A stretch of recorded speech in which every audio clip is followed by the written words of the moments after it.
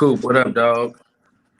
What's up, man? This nigga be taking hella long to start this live. We ain't talking about boxing right now. We talking about whatever the fuck we want on the.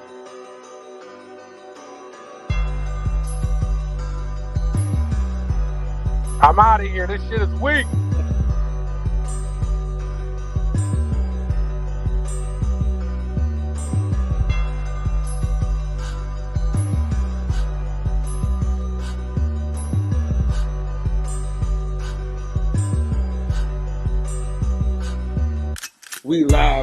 We live from the boxing section, you dusty ass niggas.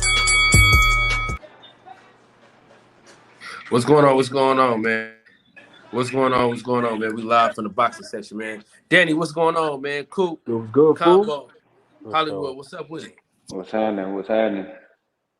Man, I just want to do, just a quick live, man. You know what I'm saying? Chop it up with the homies for a minute.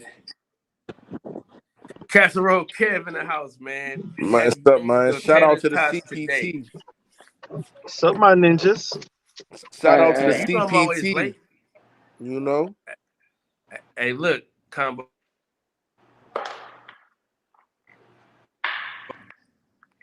My man said he'd be on at 7:15, showed up at 7:45.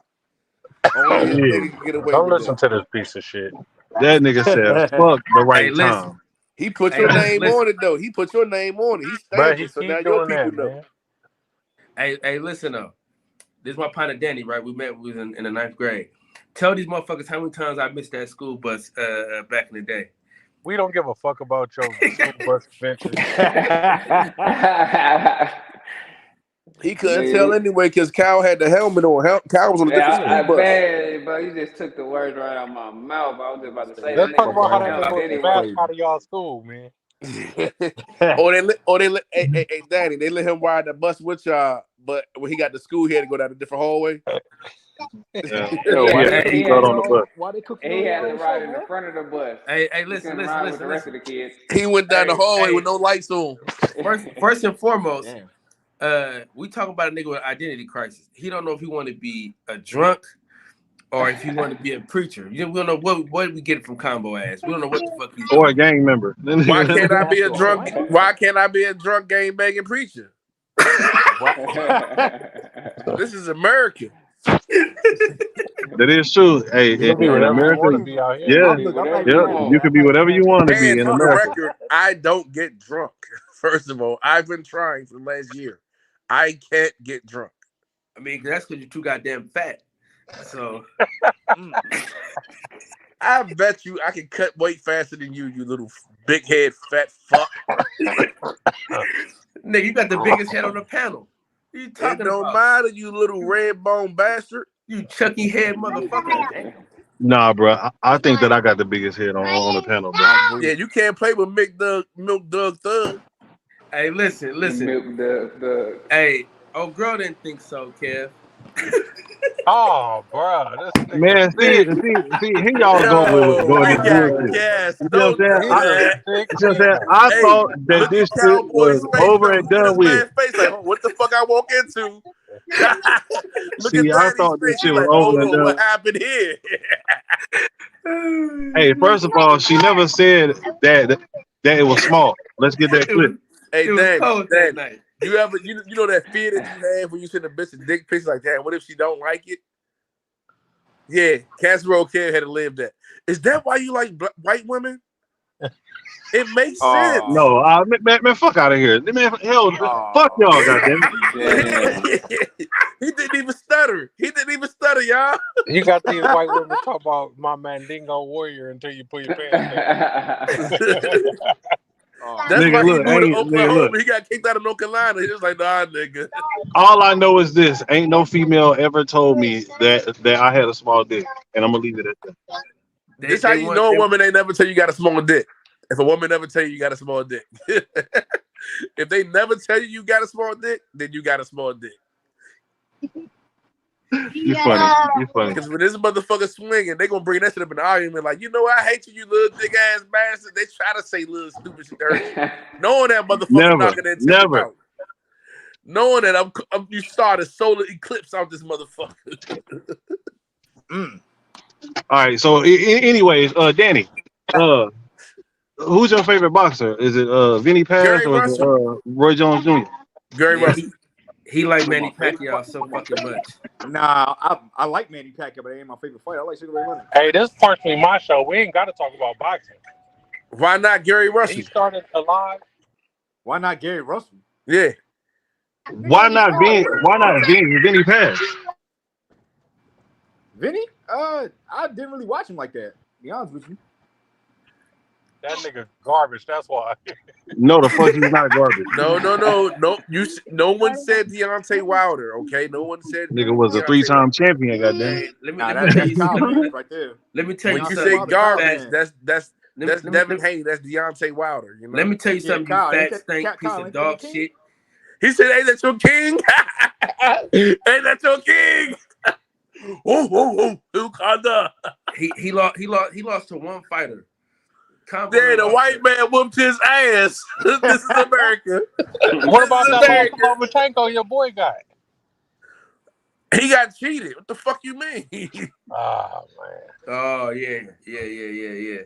He got cheated. They didn't got call it cheated. knockdown. They didn't call it knockdown. Yeah, but he They should didn't have call been the in shape. knockdown, and he was weight drained. No, that's his fucking fault. Didn't nigga say he was sick too? Yeah, he was weight because the weight drain made him sick. Man, shut the fuck up. Do something with that fucking profile picture, nigga. Soft Man, ass because I'm nigga. the shit. Nah, you soft. That's why you got the toilet paper up there. No, Scott. See, that's how I know you. Look, Scott ain't never been soft on nobody, nigga. Scott tissue is long. If you go into a bitch house and she got Scott tissue, you know she out here fucking. If she got Scott tissue, that mean that bitch cheap. Yeah, that mean that bitch pussy. She can That take bitch whatever pussy you rough. give. That means bitch that's the type rough. of bitch you can give syphilis to and she won't even know it. You know, that's motherfucking McDonald's tissue right there. McDonald's got better tissue than that. Y'all some funny motherfuckers. That shit is rough, boy. Man. Hey, y'all, guess what? I got my bank card, nigga. I got me some tequila. Life is great. Damn, man, I thought you went to AA and was being celibate for real. You just was cardless. Nigga, I was about to be outside of AA knocking niggas out, taking their money for beers. Nigga got me fucked up.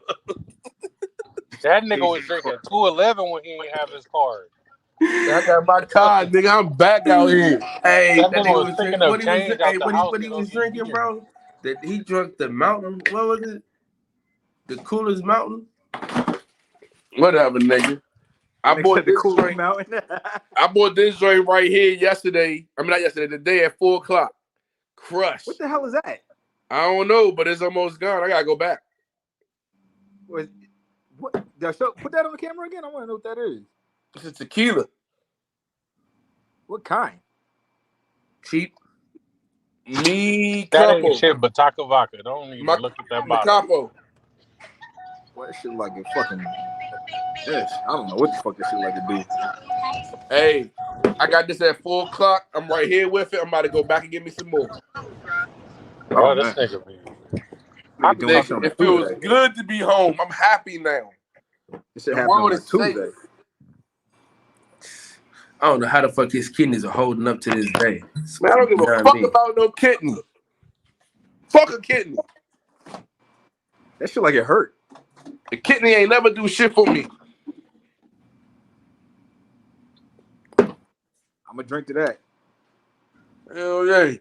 That nigga Danny be drinking them beers like a motherfucker though. Boy, he love them fucking beers, boy. What you sipping on? Something cheap. That's how I like my bitches. What you sipping on? Bullshit. Woo! You going to hell. Y'all the devil, boy. Y'all the devil. Hey, these two niggas my are the man. devil. Hey, I had one of those yesterday.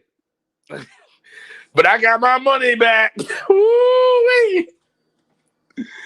Hey, look, is dangerous. When you ain't got no money, you get to look at that bitches different. Like, ooh, you know what? You are attractive.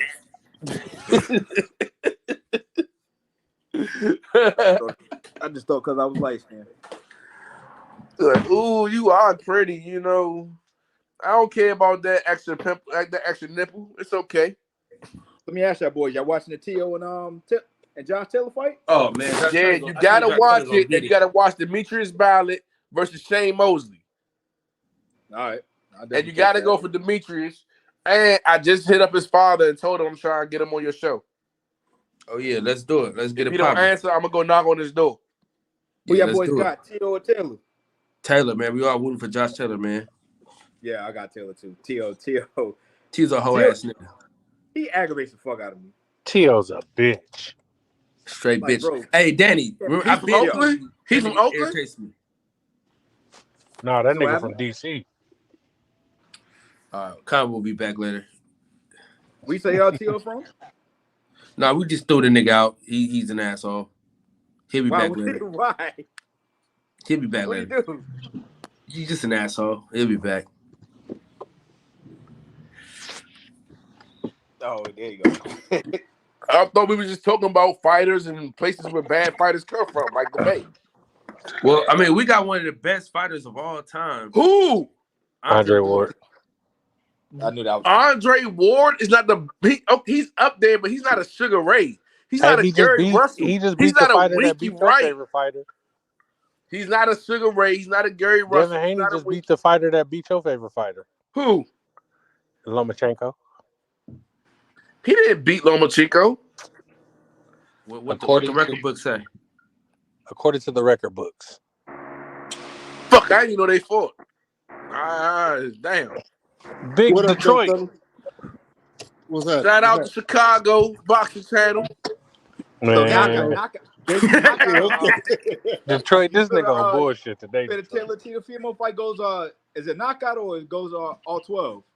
I think it goes the distance. T.O. can take a beating. Yeah, T.O.'s I been- I don't think Josh Taylor has enough in the ass to make him sit. Wait, whoa, Wait pause. a minute. Man, Yeah, hold on, like bro. you know. Hold on, cuz. No, we don't know. No. This is a sick Negro. Why'd you get him out of there like that? Enough in the This is a ass. sick Negro. He on this bullshit today. Yo, you gotta chill, bro. Yeah, Cabo, you gotta relax today. You need some pussy immediately.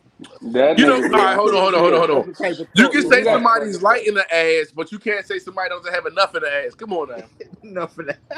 Wait a minute. Oh, That's just like your partner calling you 5'5" and 6. Can we cut that shit out, Holly? Cause damn, nigga. This nigga Holly, hey, he coming here as a sneaky shooter. He ain't say shit yet, but hey, nigga, ain't you 5'5" with thick thighs, nigga? This nigga Holly came out the cut with it. This nigga Holly came out the cut swinging. I got one. Got one. Got him. Hey, that was your man's though, Cabo. Hey, Daddy. That combo What's up?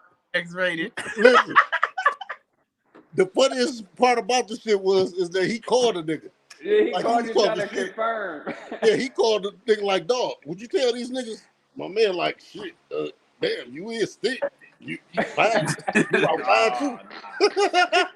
Hey, But you got hold on. Hey, Hold on. Fast. He like, hold on, man. nigga, we was laughing so Nah, hard. hold on. First of all, first of all,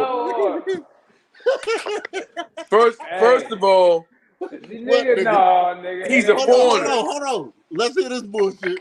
First of all, you got it. You know what I'm saying? He's a foreigner. You know what I'm saying? Who? And he one of those Harvard guys. You know, he went to Harvard and shit. So they different. They don't understand like we understand.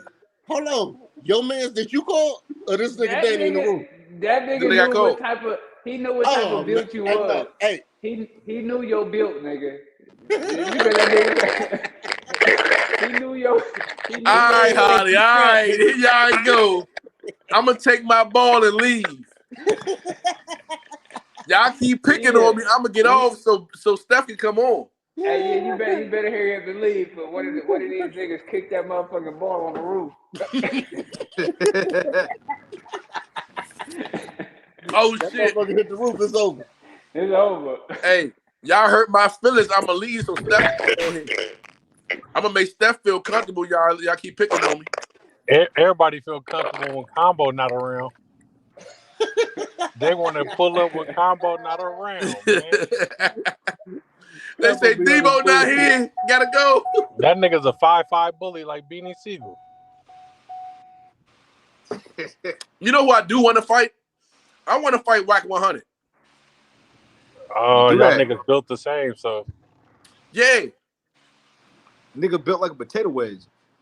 That's okay. I think I can knock him the fuck out. Wack got them squabbles, man. I want to fight him. I want to fight Blueface. I want to fight. Hey, listen, Capo. Why you want to fight all California niggas? Like, hold on. No. I want to fight Chris Colbert. Blueface will send this damn bitch after you before he fights you. I don't want to fight his bitch. Too. I don't want to fight his bitch. Blueface got the hands too. His it's okay. I want to fight him though. No, listen, man. Dog, this is no bullshit. I seen the niggas in the airport, right? We at TSA. Right across. Oh, you saw Blueface and his girl in the airport? No, Blueface, Wack 100, and another Cali nigga, and one of Blueface mans. Now, them niggas like number 10. Dog, Wack had on the tightest motherfucking dog, and it was old, right? This nigga, Blueface, the nigga had on the motherfucking chain. It was icy, but these niggas looked dusty, like they had the shit on for about 3-4 days. Did that nigga Wack 100 tracksuit say Adidas? Shout out to Adidas. Yo, listen, I ain't gonna lie. Hold on, Capo, listen. Go ahead. The nigga Blueface and his mans, these niggas look like they was sexually assaulted, man, and they was being held against their will. This made the shit the funniest shit ever. The agent said, "Do you need some help? Do you need some help?" Twice. Him and his man looked like, because Wack and his man was kicking it, and Blueface and his man was kicking it. Dog, them niggas did not look normal. They looked like they was getting trapped.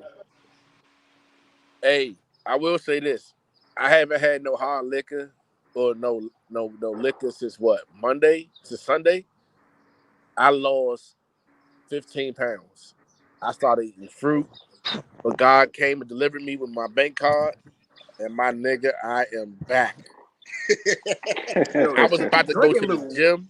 You drinking look crazy though. Your mama probably brought you some fruit or something, nigga. Man, what is that? I got. You think I'm? What is that shit you drinking? Look, you think I'm joking? Look, I real live went out. I said, you know what? Like I'm gonna make this shit work. Shit with a glass bottle. I got these bottles of water. I got my boxing gear out. I was like, fuck, I'm about to go get ready. But now you dehydrated. God He saved got them low ass tangerines. I'm rehydrating. I'm rehydrating right now. Nigga, where is the other fruit at? That nigga picked up one bag of fruit. That nigga said, I've been eating fruit and vegetables and picked up some damn cuties. Hey, Capo, you gotta spit a lot. Huh? I say, nigga, I'm right with you, nigga. Yeah, now I'm back though. God delivered me. The devil almost had me. Man, Hey, you look at that cooler I sent you? Let me see that shit. Hell yeah. Yeah, that motherfucker looked like it worked for real. Dog. Detroit. I need to highlight you too, man. On the I call him on the phone. That's why I said backstage. I need to highlight him backstage. Hey, where the fuck that nigga Kyle go? Oh, that's what your man do, man. Don't worry about it. He shows up and roll the fuck out. Yeah. Hey, he's a piece of shit. I got one of the motherfucking coolers, but my shit Is that how he was when Spice broke out of school? I feel like when the fight broke out of school, he did the same thing. Like he was dead, and then when niggas started swinging, he just wasn't there. You see how quick he came back? When it's over. What happened? Like when he got into fights at school, when it was fights like group fights at school, he was dead, and then everybody started swinging, and he's not dead. You're looking around for Kyle, and then he just come back after the fight like, yeah, we was whooping their ass. And he got a scratch. That was him, right? No, that was him. That nigga was like, the teacher saw me, so I had to go to the teacher. He said he never got into a fight. I went to go get help. I don't know what the hell. I never seen Kyle get to a fight. So I mean, hey, he's a politician. He's a politician. So can Kyle fight? Do you think he can? If y'all was to get into it back in school, though, do you think Kyle would be by your side? Man, one of these boxers gonna run up on Kyle, talking shit about them, He gonna call. He gonna pull that phone out and 911 that shit so fast. He gonna show you why the Nikes was 200. Nigga said, "Long Clickle gonna come for you." He said, "Hey, Kyle Kyle, nigga cracking said, it Long up. Clickle gonna come for you." Hey, listen. Danny almost got me into a fight because he used to draw, right? And I used to always brag about how the nigga could draw. Yo, and you used shit. to run your damn mouth to niggas that you He like you started me, got me some bullshit running your mouth. Hey, look, you're mad about that. Hey, look. So Danny, you, right? I just happen to be better than that nigga Brian. Nigga, well, first off, Brian. Yeah. But listen, but you know I be instigating shit though. Hey, no, I think about big back to Brian. That nigga Brian. They're just like I laugh because like Brian. That nigga said Cal beat niggas up. Cal ain't had a fight since 2004. I ain't saying nigga Cal beat niggas up. I'm just saying that nigga No, I'm talking Brian, about the nigga in the comment. The nigga in the comment. If I had to put money up for Kyle fighting Brian, Kyle probably dog walk him. And he was buff though. He played football and shit. That nigga drawed and colored. That's all he did. Nah, nigga. But no. So look, Danny could draw hella good though. This motherfucker Danny could really draw, but he lazy. But back in high school, that nigga used to draw all the goddamn time. A nigga who showed up 50 minutes late for his own show called. Man, crazy how he just left the show like that, huh? Bro, you ain't gonna keep kicking my nigga Cabo out like that. Keep doing that nigga like that, bro. Keep putting that nigga like that. Hey, it's crazy he just left the show like that, huh? That shit Hey, crazy. if you can draw me a logo, man. I need a logo. Shit. He lazy, man. I told you he could draw his ass off. It's gonna be an incentive to draw it. Draw me the logo. 9982. I don't even need a stencil. Hey, that motherfucker. Listen, shout out to Cool bank card number. Anybody to know that nigga pin card number is 9982, y'all. Oh, that's the hey, listen, that's the target number, Danny, man. Hey, Cool. If Danny, hey, Thank look, you. we could put Danny versus Oops though. We could do that draw. We could do that drawing contest though. Yeah, please. Him versus Oops. Y'all, you ain't gonna talk about my cousin while he ain't here. No. Now, how am I talking about? So they can have a draw. No, nigga, don't talk about it unless he here, cuz. Why's my nipples cold? Hey, listen. You know what I'm gonna do for you though, Coop? Yeah, man. So. Oh damn, bud, you didn't like that too. I turned my head, look outside, look back at the screen, man. Hey, listen, man. Let me give y'all PSA. He been kicked out of If better y'all places want than this. the moderator dancing all in your videos, putting you off the backstage because you said something he don't like, come to the podcast about nothing. Hey, Kyle. Yo. Hey, Kyle. What happened to your boy that said Barrios could beat Laura? Not Laura. Ugas. Who the hell said that? Your boy from last time I was on here with you. Your boy was like preaching that Barrios would beat the shit out of fucking Ugas. That sound like a Peru argument. That sound like a Peru. Peru, yeah, that's like a Peru. I don't know. I don't remember no shit like that. Yeah, that nigga he was adamant about that one. He was about ready to take my head off behind that one.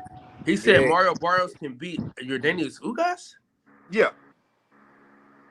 Yeah, I don't know about that. He said Barrios would beat his ass. I don't know what data he's going off of with that. He was going off about it. Damn. I was trying to figure out where his logic was going. He didn't have none, but he still was going off about it. Y'all out here taking funeral donations. He said that's supposed to be like the next welterweight fight for Ugas is Barrios, but he was talking that shit. Whatever. Selling pussy, she bury him faster. Hey, Cool. Huh? If this nigga Danny wasn't so fucking lazy, he'll be rich from art. Well, damn, Danny. You just talking bad about your friend, man. Who said I ain't been working? That's how good he is though, Coop. That's how good this nigga is, bro. Did you really ain't got no excuse, Danny? If you ain't been working, hell no. Why don't you want to be drawing like, something? What is it about drawing that you don't want to do it?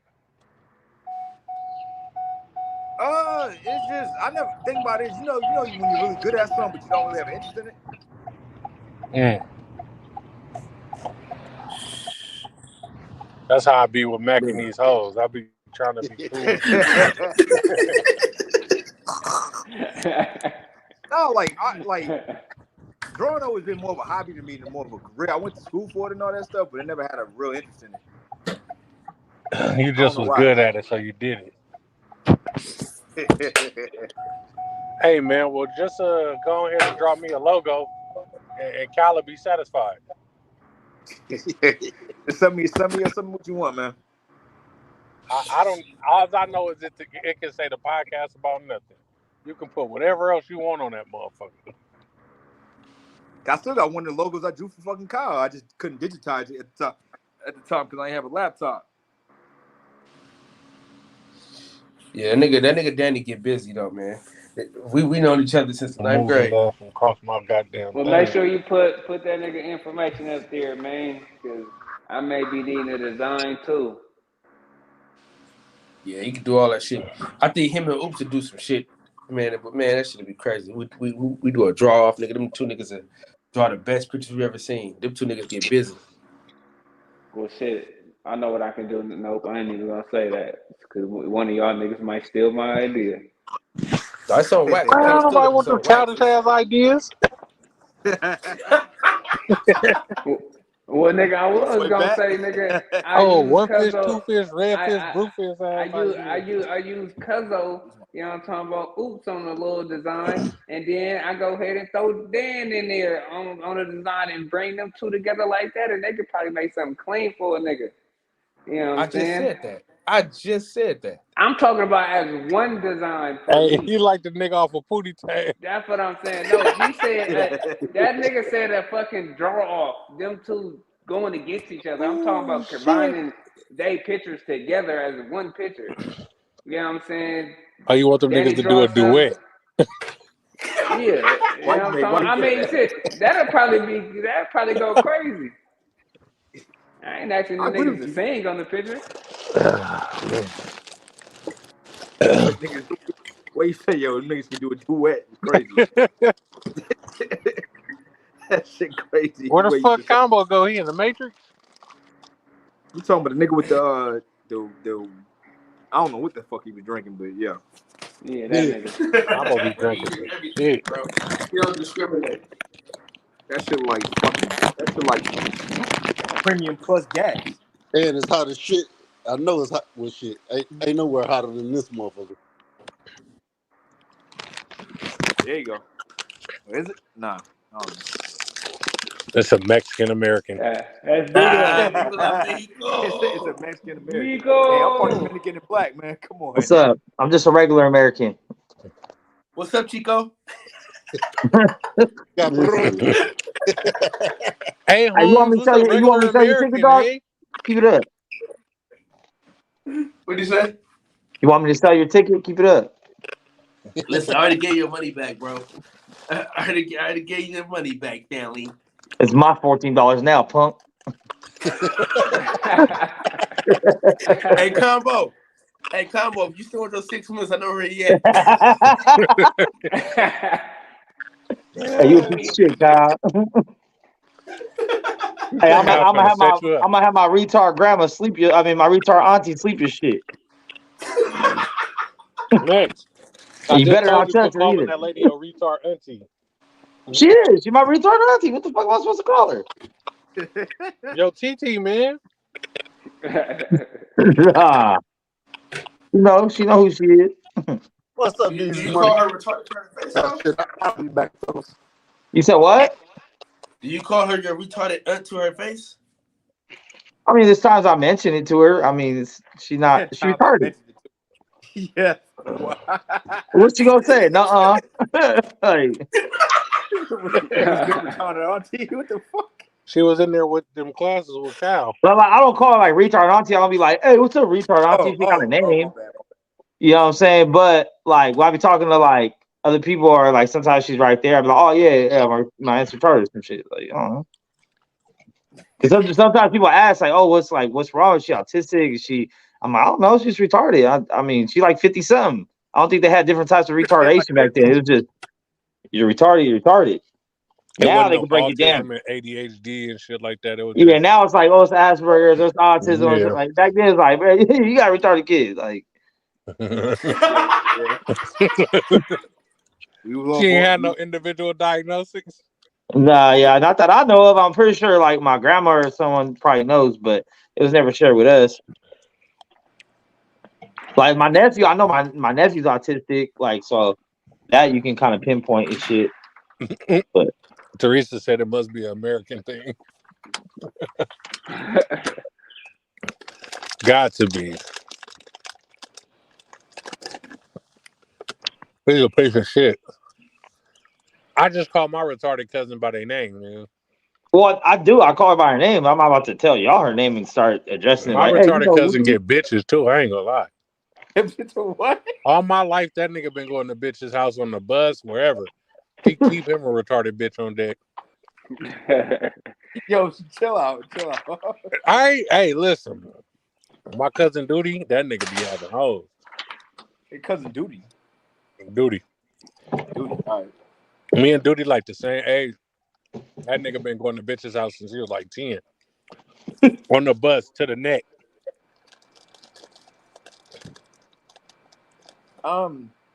Jesus Christ.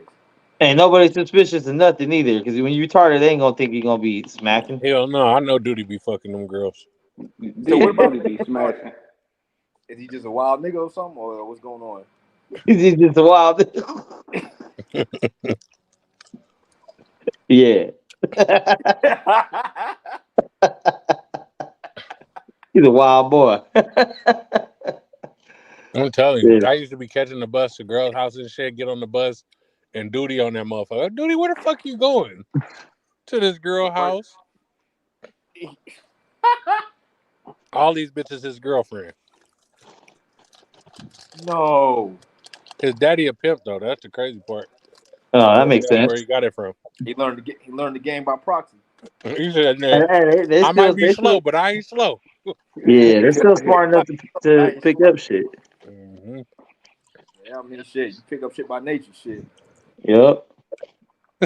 Any nigga named Duty for sure got retarded hoes. Yo, stop. Oh, that nigga's heavy. He got retarded hoes. That nigga, if you, I'm telling you, bring a bitch around him, like that's your girlfriend, because he about to be all up under that bitch. Oh, he like a mini Steph. That nigga finna be all up under your bitch, man. I'm telling you. Dirty Mackin. Oh man, y'all niggas is funny. This ain't shit though. I ain't gonna lie. This ain't shit. You ain't heard nothing yet. Yeah, you don't want to come to the boxing session. Come to the podcast about nothing. Hey, he from West Oakland. He from the Acorn Projects. So what happened? Oh, she said he must be from East Oakland. No, I ain't nigga from the West. He's from the Acorn Projects. And don't nobody bother Duty, man. He just go about his business and fuck with bitches. Duty just out here bagging hoes. As he should. I ain't even mad at him. That's his American right. I should see the American jokes. There you go. Nah, he's serious about his little American shit. This ain't no joke. These colors don't run. Hey, these motherfuckers is hella good. I got these nerd things because I seen you had them last time, Mix. Oh, the gummy clusters? Yeah, these motherfuckers hella good. Hey, it's smack. I'm gonna go get these back to my daughter before I eat them all. Yeah, they're better than the ropes. They don't be falling off as easy as a rope. The rope, every time you take a bite, you lose like half your nerves. Them things is. Would you get the regular ones or the berries? Well, let me see what this shit is. The blue bag or the purple bag? Just the very berry. Oh yeah, the berries smack. Those are the best ones. Them motherfuckers good. Oh yeah, the berries is blue and the regular one's pink. Yeah, it's just good. Hey man, I really can't wait until Saturday, bro. Man, what happened? What happened on Saturday? The fight. Sunday. Sunday. The fight, yeah. Oh, I'm talking about Sunday. Oh, Floyd The and best fight is on Friday. You talking about Floyd and Gotti? No, I ain't watching. Adrian Bonner. I ain't watching that bullshit. Jesus Christ. Adrian Bonner and the lawyer fighting on Friday. You said Adrian Broner? Yep, he's fighting on the night. Yeah, Bronner on Friday. TFQ on Josh Taylor, man. I'm looking forward to that. After watching a little sit down, I'm really looking forward to that. And that nigga got the Red Hot Chili Peppers bringing him out. Bro, that's crazy, man. That's crazy. So what fight are you talking about? I missed something. Josh Taylor, Teofimo Lopez, Saturday. You talking about? I know that one, but I thought somebody said something about AB fighting on fucking Friday. Oh yeah, AB's fighting on Friday. Oh goddamn! And Mayweather fighting on Sunday. Nigga about to fight in the middle of fucking Arby's or something. Don King is putting on the promotion for Adrian Bonner. Yo, fucking around with Don King, you might as well be fighting in the goddamn back of a restaurant. Shit. Might be. Don King Well, his career is going back. They're gonna throw fisticuffs.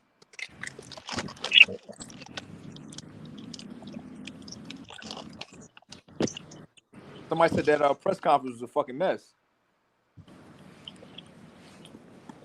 If anybody got EBT out there, let me buy half. Do me a Walmart order or something one time.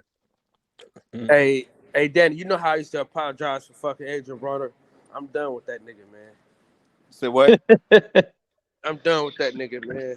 And you know how finally, you used to fucking have hope for that nigga. Jesus Christ.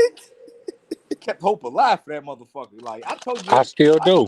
Bum ass alone 2 years ago. I still got hope for AB, man. Man, fuck what? That nigga, man. To finish his career strong with some quality wins. What career? Quality wins against some bums. High quality win against what? Fucking West up for. I'm not even gonna get into that. Yeesh. It's like he bet off.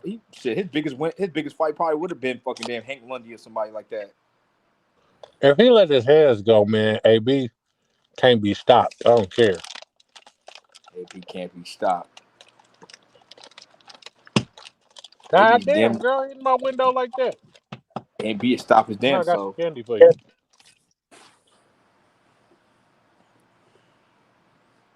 Then he signed with Don King. That's still crazy to me.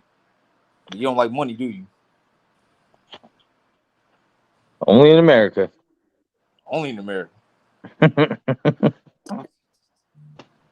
don't see how Don King's still a promoter after all the shit he's been through. He still got Bermain Severn if he still got him. Just let Cal keep his podcast after all the bullshit he do. That's true. Only in America. Hey, only in America. Kyle, I don't want to talk about your podcast. Listen, man. If it wasn't for me, this nigga wouldn't be shit. So, I'm content with knowing that he wasn't shit without me. He ain't gonna be shit after me. You know what I'm saying? Talk your shit, nigga. Talk your shit. Yeah. Kyle is a piece of shit. And if anybody believes him, I've been a piece of shit my whole life, man. Danny knows this. But listen, everybody knows I'm a piece of shit. Hey, but I'm y'all piece of shit. You know what I'm saying? Yeah. God damn it. What? I said I'm y'all piece of shit. You know what I'm saying? Can I get a refund? For real. Can I get a what? All shows are final, nigga. This is like, you know what I mean? He said, can I get a refund? Hey, I don't feel comfortable talking about all sales of final with my black friends because I'm not trying to trigger nobody. So hey, don't shit. American. Start your shit. It wasn't me. I didn't even say I was defending y'all, man. Oh, this motherfucker. See how quick you turn on me? I'm over here worried about your feelings. You try to turn on me. What you doing, blood? Playing Fortnite or something? Oh shit. Not yet. I probably will once my daughter finds out I'm off work. I'm gonna go in the house. Hey man, that's dope. That's dope that she wanted to play video games with you, man. Knowing how much of a loser you are, she still wants you to be in her life. It's crazy. She just want to ride my coattail to a dub. That's all. Oh man, bro, stop hitting my window like that before I knock you out. Who's hitting your window? My daughter. Mhm. I'm about to introduce her ass to the 1-2 combo.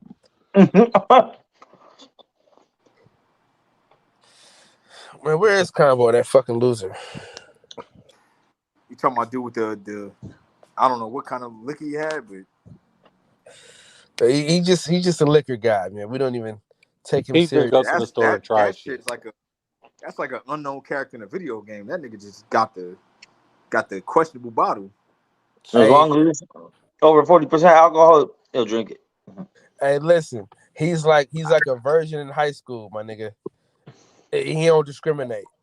Oh, damn. I believe it because some of the shit he was saying that's some wild ass shit like apple juice. Hollywood, what the fuck you doing? Why the fuck you over there so quiet? Stay scheming. Nikki must have told that nigga to shut up over there or something. Shut the fuck up. Hey, y'all heard your boy Shakur say he could have beat a Prime Pacquiao? Of course. Yep, he could have beat Pacquiao, sorry ass. Pacquiao shit. This ain't your favorite podcast. Take that back. Take that back. Kyle, you tripping. Shakur beating a Prime Pacquiao. You know I don't even like Pacquiao. Trash. There's nothing, I don't like nothing about Pacquiao. Why? He just throw bullshit ass punches. Man, Pacquiao about to fight Ryan Garcia next. I heard he's fighting Conor Ben. Now I want somebody to beat Conor Ben. I want Manny Pacquiao to lose to that fucking bum. As much as I don't like Manny Pacquiao, I just don't want him to lose to a nigga like him. I mean, I think Pacquiao could probably stop Conor Ben without the steroids.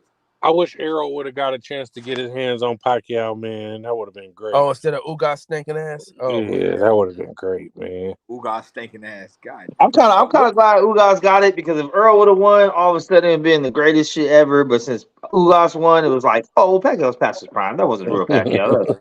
Really? Like, Pacquiao won shit anyway. But if Earl would have beat him, oh damn, Earl, he did it better than Mayweather. Earl, like it would have been. AB was really supposed to beat him, but we ain't gonna go. No, they would have milked that shit. You know damn well they would have milked that shit for Errol. They damn sure would have milked. No, they would have milked it for.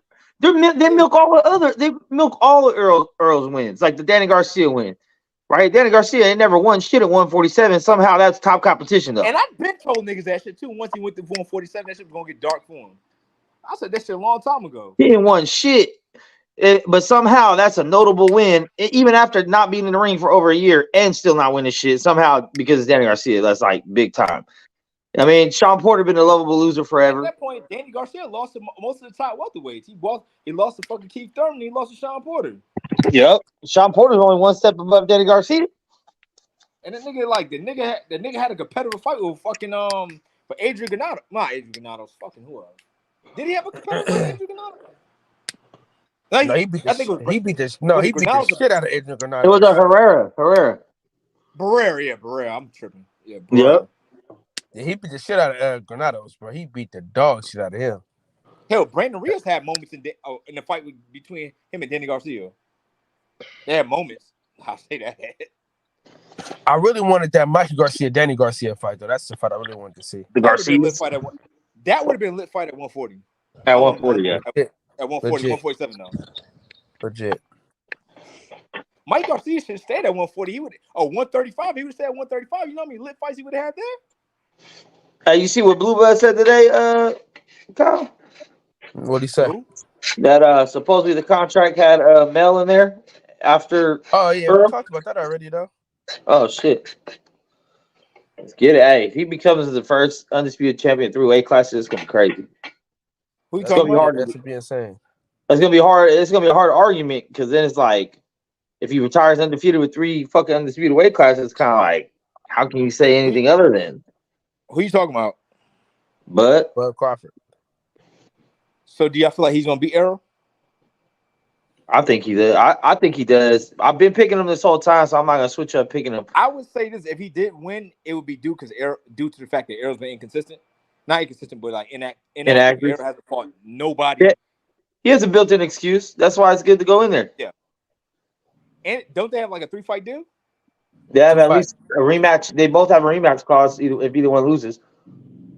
So I feel like Errol will probably do better in the second fight than the first fight, just because yeah.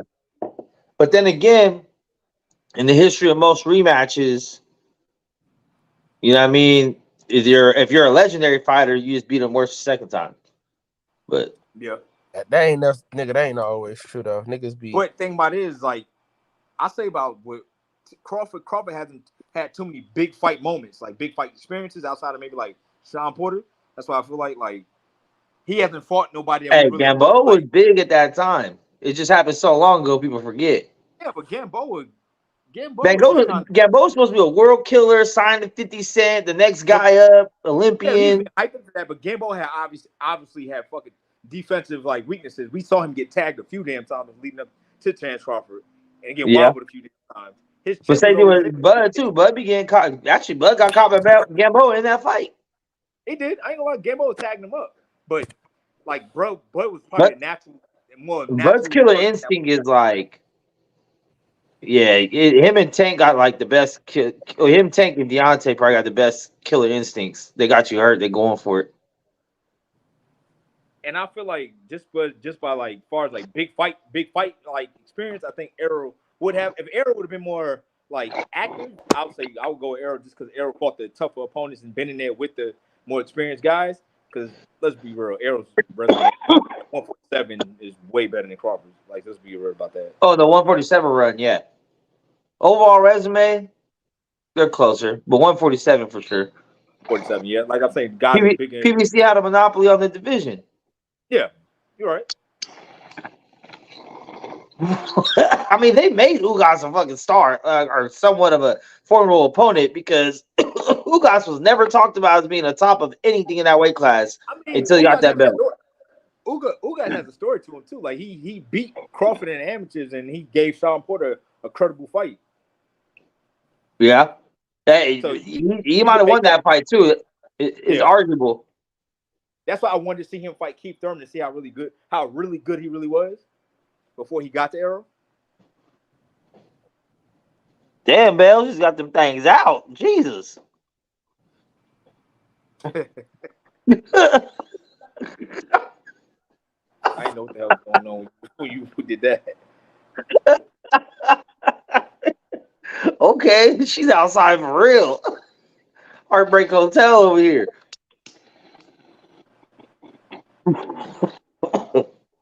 Yeah. There's a fight we always wait for though. So hopefully they both show up. Hopefully they both do. I really hope they do. I don't want to hear the crying. I don't want to hear the whining. Whoever did this, whoever did that, or I'm this, I'm that. We here. We both y'all in your prime. This is it. I don't know if they're both in their prime, but they're as close as they're gonna get. They're not gonna get any closer. Yeah. Because Errol got a built-in excuse with the whole car accident. Crawford got the whole inactivity, car accident. Yeah.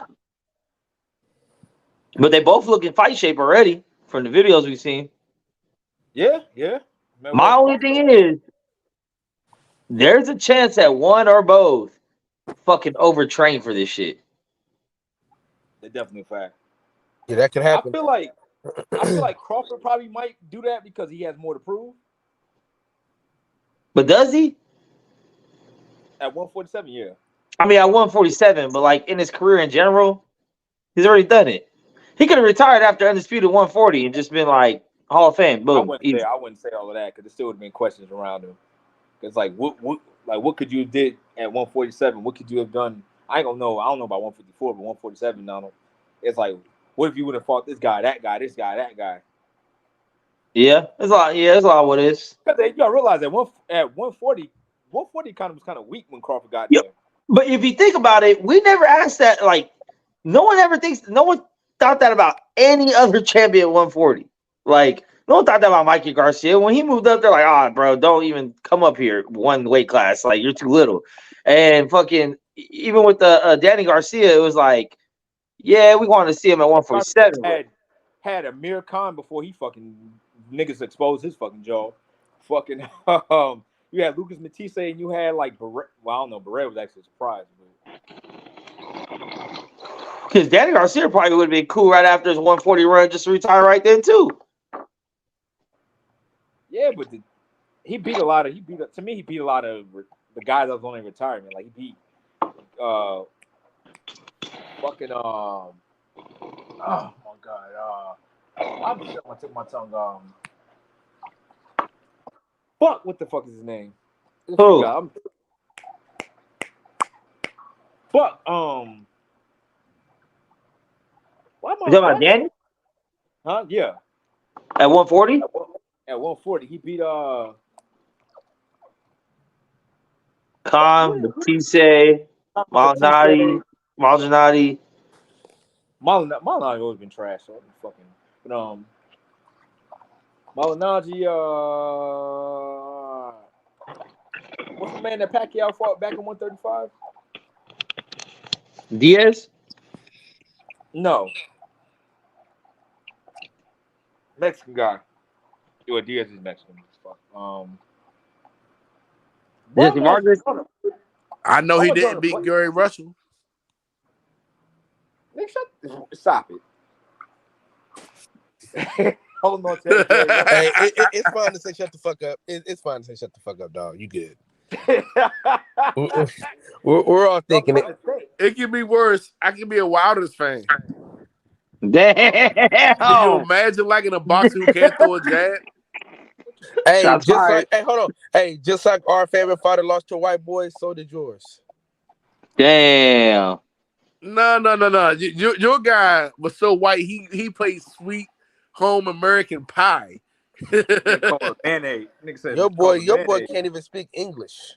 That's okay. I rather take that type of white than fucking Nigga, American pie white. Hey, your favorite fighter lost to a nigga country got taken over. Your favorite fighter lost to a crackhead. The nigga a whole cokehead. Hey, the out here crackhead was beating your worse. ass. The crackhead was worse. I'm not gonna lie. Hey, you picked the wrong person. Bills, when you get here, Bills? She been here for a minute. Bill's been here for a minute. Hey, Bills. Bills, didn't I tell you don't come over here and fuck with this nigga? Hey, Bills, is it hard being a flat-chested woman?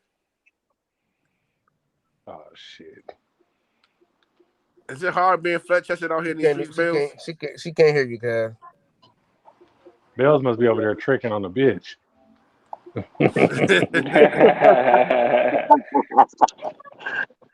Hey, that's my new thing. After what I just went through, from now on, any bitch that fuck with me gonna have to spin on me. Fuck that. I ain't buying a bitch a stick of bubble gum no more. Fuck that. Hey, I'm happy you learned your lesson, nigga. I'm bringing the old combo back. I hated to do it, but these bitches that made me do it. The old combo. Yes, I'm going in these bitches' houses. I'm stealing their shit and I'm fucking them. Oh shit. God damn, combo. So we told you not to do that shit, bro. You gonna end up in jail, nigga. Stop playing. Fuck these bitches, man. They don't want to give you no money when you got money. These bitches ain't for shit. He taking. I'm mad that it took that for you to realize that these bitches wasn't shit, but welcome to the club, sir. Yeah, these bitches ain't shit, man. Only females that was there for me was my mama and my sisters, man. Fuck these bitches. I thought your mom dipped out on you. Nah, my adopted mother, man. She came through like she really held me down. You know what I'm saying? That shit's real love. I ain't even her biological son. She held me down for yeah. And she white. My father's white. My biological mother black. Okay. That's the one who's fucking with my adopted mother, the one who's fucking with a white man. But she did some funny shit though, talking about I need to go to rehab. You drinking too much. Cam, why are you talking about you love mayonnaise? Who said they love mayonnaise?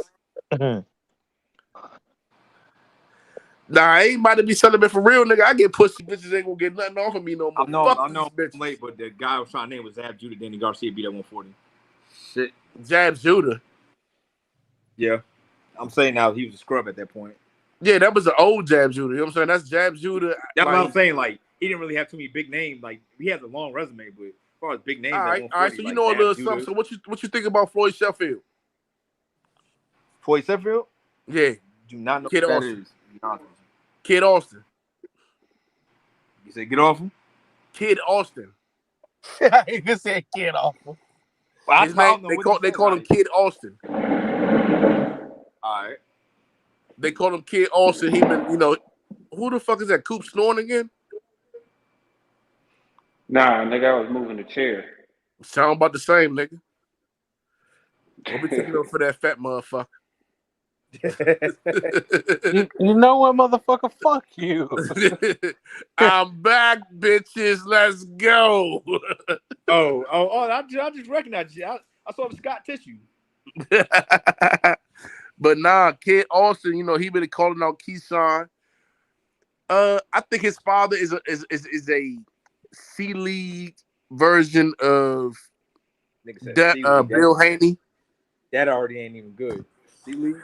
Yeah, C League. All right, so if you want to talk about fathers promoting their sons, I know Sean and his dad fucking. No.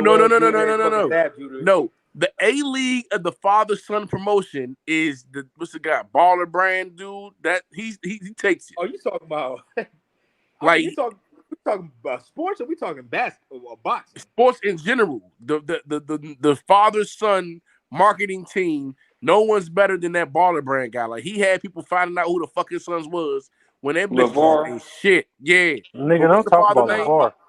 You know how boxers are. A lot of boxers can't promote for shit because they ain't got the talk bad about LeVar. No. But the father was a great promoter for the sons. That's what I'm saying. Oh yeah, he was great. He went shut the fuck up. According to him, he was better than Jordan. He was the A level promoter, right? Then you got Bill Haney, who's like a solid B. Bill Haney gonna have Devin get his ass kicked by somebody. That's the same. Bill Haney is a solid B. I don't believe that. Actually, right? Bill Haney might be an A business wise though. Yeah, no, he's an A business wise, but his mouth, the way he promotes Devin, like he's not as good as the baller guy. What was his name? Like Bill Haney. LeVar. I thought that was his son. No, you got LaVelle, Melo. LaMelo, Leandro, and Lonzo. Yeah. Okay. You're right. So Bill's on the same level as Danny's father. As Danny's father and Robert Garcia's father. That nigga is not shut the fuck up. But they're on the same level. Bill Haney, Robert Garcia. I might put Danny Garcia's father over fucking Bill, because Danny's father can sell a fucking fight and make you mad, and we want to slap the shit out of him.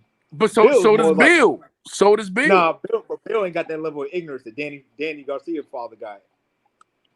Well, this guy, Floyd Sheffield, his father, Floyd Sheffield Senior, he's a C level because his son may not be able to back this shit up. But he done talked so much shit that Keyshawn Davis was like, hey, you said your son will beat me with or without the gloves. So whenever the fuck I see him, I'm whipping both of y'all asses. That nigga said, I'm going to get on both of y'all ass. But that fight actually happened, though. Yeah, it will actually happen, but he doesn't give a fuck about the fight in the ring. He's like, your father talks so much shit that I'm fighting you on sight. It doesn't matter about in or out the ring. I mean, a lot of fighters say that shit, but like when niggas he meant that shit. He meant that shit. He meant that shit. Like, I'm watching the interview and he was like, he went straight up. Like, soon as he came on, he said, man, why you got this weird ass old man on here, 50 plus years old here talking, trying to live his life through his son? Who the fuck is this nigga? His son ain't never fight nobody. And he tried to calm it down. The father tried to calm it down. And he was like, he was like, man. Keyshawn, people would never let him touch that man. Keyshawn people would never let that man touch that man. They're fucking up the money and shit. Hell no. Man, I can see it. If Floyd keeps winning, I can see it happening. The problem is, we just got an update from L-Dub. Yeah. We got Laura versus Danny Garcia August 5th.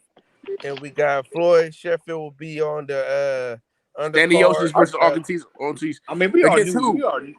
Will he be getting with Floyd? With this Floyd fighting Keyshawn or?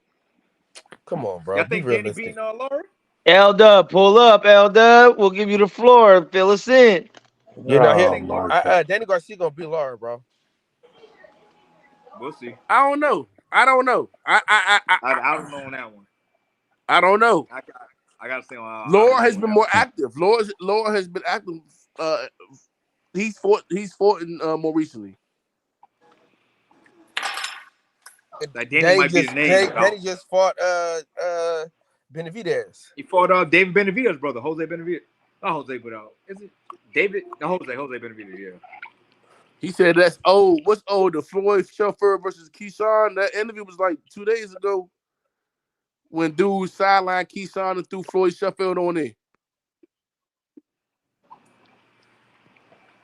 Keyshawn Davis. Okay. Yeah, I saw the Keyshawn one. Hey, that sound good. We need Keyshawn versus Frank Martin. Yo, L-Dub, who is going to be on the undercard of Bud and Earl? That's what I want to know. Yeah, man, that undercard. I don't know if they it's been so hidden. Who's it being promoted by? L-Dub, you gotta give us some breaking news, man. Who's on that undercard, man? It's gonna be PBC a Top Rank promoting. What? It's PBC Showtime. All right. Kyle and Al Heyman on the undercard. I mean, we came down to thinking that Boots and Butayev was probably a best co-main we could come up with on PBC side. I got a better co-main. Y'all ready? Gary Russell, Leo Santa Cruz finally. No, he beat the shit out of Gary Russell beat the shit out of Leo Santa Cruz in the wheelchair. But Fred versus what's his name? God damn, what's that dude's name? Frank versus Pitbull. No, Fred Hawthorne versus Kenny Porter. No, what's that nigga name, man? His son that got mad at him. His son. Yeah, his son that got mad at him. What's Fred's son that got mad at him? Mugia versus Andre. Mugia's fighting Derevchenko. Yeah, Mugia needs to run the back of my boy Mitri again. I feel like they did something to him in Mexico. They took my man down there on a I want to see Boo Boo Charlo. That needs to be the next fight for both of them. They both ain't fought for a minute. I'm telling you, my man Demetrius can beat all them niggas. My man Demetrius can beat all them niggas. I got a good one. Fucking Plant versus damn Andre. That'd be a good fight. That's a good fight at 168. Yeah, but Plant's already. That would be a step back for Boo Boo. If anything, his Plant's been losing too much. So he got to build himself back up. No, that'd be a step back for Plant because Plant's been in the bigger fights. Yeah, but Boo Boo's been champion longer than Plant's been alive. He's been champion. What? With what? Doing what? Beating everybody. He's never had a close fight. Yeah, with bunch of damn scrubs. Boo Boo is just so fucking weird. It makes it hard to support him. Hey, but hold on. But Boo Boo's like a top 5 most duck fighter in boxing. Who? Boo Boo. Wait, didn't he just recently fight? Yeah. The Speedy Rashidi card or some shit. Yep. That nigga need to do more work. Oh no. Without a doubt, he can fight. Don't get it twisted. He can fight. But you know what I'm saying? Plant already has the star recognition already. The niggas will see him. I got what you saying. Plant got some names, so he could use him to kind of from Lucy.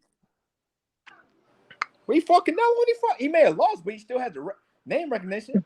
He has more name recognition than fucking Boo Boo. But Danny, yeah, are you going to go support that Shane Mosley loss? So what? Shane Mosley Jr. is about to lose this weekend. Oh, is he? Yeah, he's fighting Demetrius Ballard, coming from DC, by the way, in Temple Hills, Maryland, and he's going to beat the shit out of him. As you can tell by now, combos from fucking DC. And I knew something.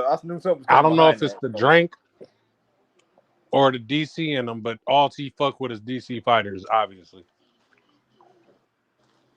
I've seen Shane Mosley Jr. fight like a few times, and I think he's all right. I mean, he's been getting better, but he's not ready for it. I know he's not ready for it, but I'm just saying, like, he's solid. I wish we can watch highlights up here because I need to see this dude. Michi? Michi cool. Little Michi cool. You know what I'm saying? We only look at his highlights. He cool.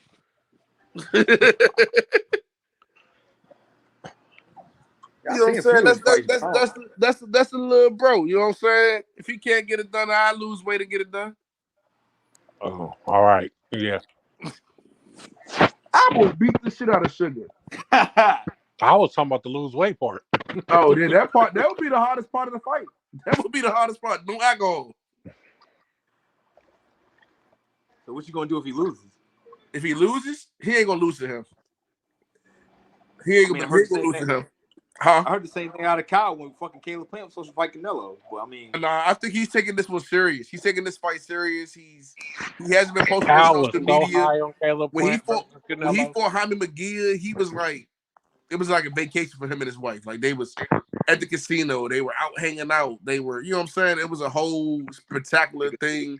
This one, he's been real quiet. He ain't. My nigga his said, wife baby, ain't got nothing to bring out the post. red panties tonight.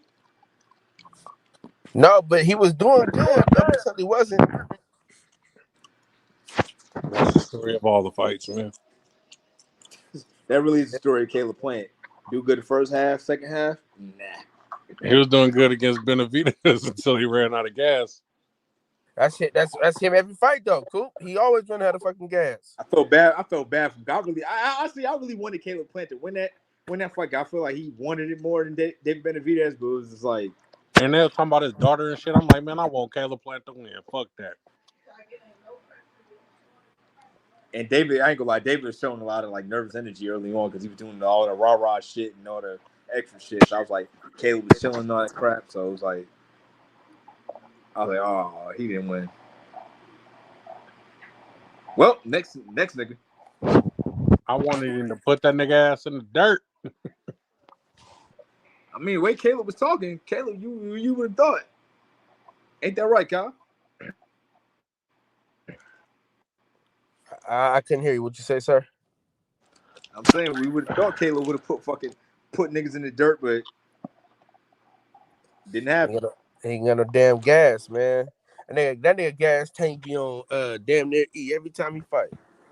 That nigga got it because like he gotta realize when you step into a higher echelon of opponents, like these niggas can actually fight you for this damn long. You're not fighting scrubs anymore where you can just wear their ass out. And niggas ain't really used to fighting a top athlete. When you get to and the nigga tried that punch. It levels to this shit. That he knocked dude out the fight before. He tried that punch probably 50 times in that goddamn fight against Benavidez. You know what's crazy? Like, yeah, he literally did try that same punch a million damn times. And Benavidez either ate it or blocked it.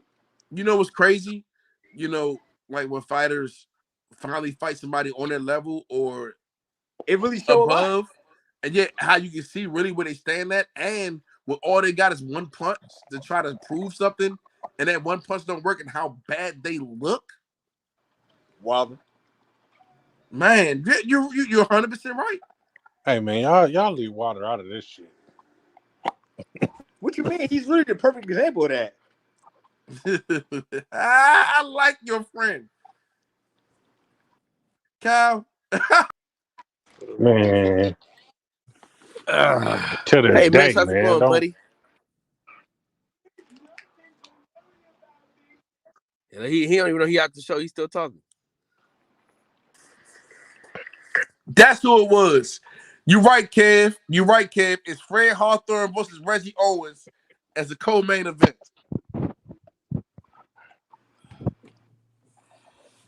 Oh shit! Fred Hawthorne versus Reggie Owens on the co-main event. That was perfect. Yeah, Fred got to spank his son. Combo, don't bring that energy over here, man. I'm back, motherfucker.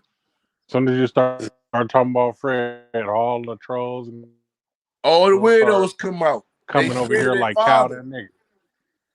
They're scared of their father. But I fuck with Cal. Cal was supposed to have him quiet. Him on the show. I can't wait. Oh, I am. We just trying to set it up right now. Yeah. It's gonna Trolls be a good in time. the comments and shit, man.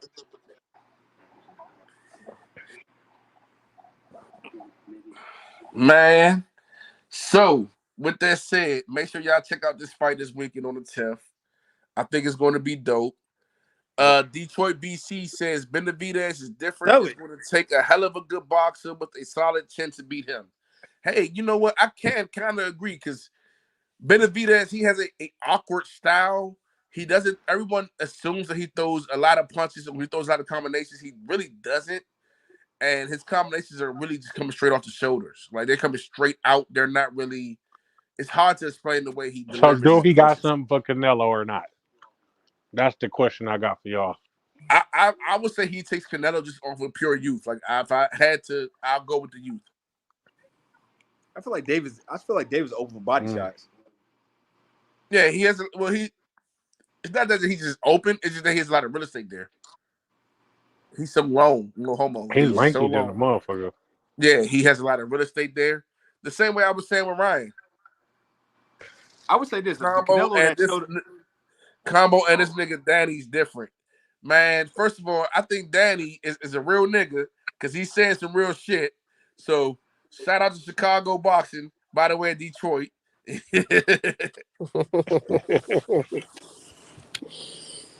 Nah, man. I think, like I said, I do think Benavidez has a lot of real estate, but the problem with the real estate is he actually knows how to get you at the end of his. Excuse me, at the end of his reach. He knows how to. I don't think he's not. I'm not going to say he's great at gauging the distance, but he does do a good job at gauging the distance, and he has enough power to make you say, "Fuck it, I'm not going to come in." Like he doesn't throw 4 or 5 strong shots. He'll throw like 2 hard, 1 strong, and then 2 hard, some shit like that. Let me ask you this: if the Canelo that fought against Danny Jacobs shows up, you think David Benavidez will win? I don't think it's the way that Canelo beats David Benavidez, to be honest. I feel like if he's like walking forward defensive wise and like making this nigga miss every damn thing and countering every damn thing and shoot to the body every time when he's walking forward, I feel like that can like discourage him. Cause you realize you can't really get this man out of your fucking face if he's walking down I like get that. what you're saying, but I just don't think there is a situation where Canelo can beat this Canelo now. In the last 4 years, Canelo in the last 4 years can beat Benavidez. Just off pure youth. Well, his last fight wasn't really a good really example of that. But I heard his damn hand was. I ain't gonna make excuse for him. I heard his hand was fucked up. But who? Benavidez? I mean, not Benavidez. No, Canelo. Listen, man. I also heard that Sugar Ray Leonard had a crack addiction. And he still came back and beat. Fucking come on, man. Like. There's always. Let me explain something to you. Let me explain something to you. There's not a boxer in the top 10 that doesn't have hand problems. There isn't. It's physically impossible because you just throwing so many jabs on those bags, so many sparring matches, and you're throwing with so much velocity, and your bones can only take so much because one, you shrink down in size. So it's nothing but bones and padding on something, and it's going consistently. All of them have hands problems. I'm not even a top fighter. If you looked at I'm not a top fighter, right?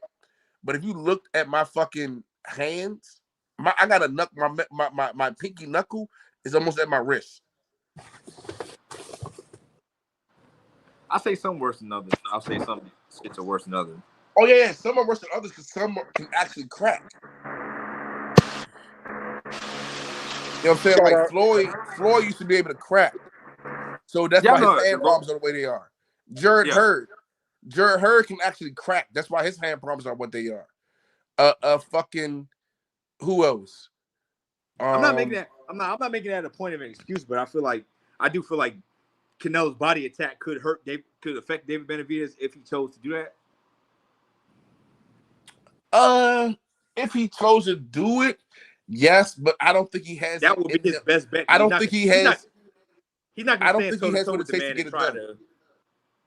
But then I did notice the thing about Canelo ways after the Triple G fight, he went into kind of in the cruise control mode where he does the same shit over and over again. He kind of just walks you down, high guard, kind of bob and weaves. He doesn't really move his head. I don't think he has the hunger to do what it's going to take to win that fight. Yeah, okay. He's kind of setting his way. He's setting his ways right now. He's setting the same style that got him to win. That's the reason why he lost to Bivol, because he's still setting the same kind of way. He still does the same shit. He's still walking you down and not doing anything else different. and thinks that's gonna win the fight. Which honestly, from what the scorecards was looking like, if he would have won that 12th round, that fight might end up being a draw.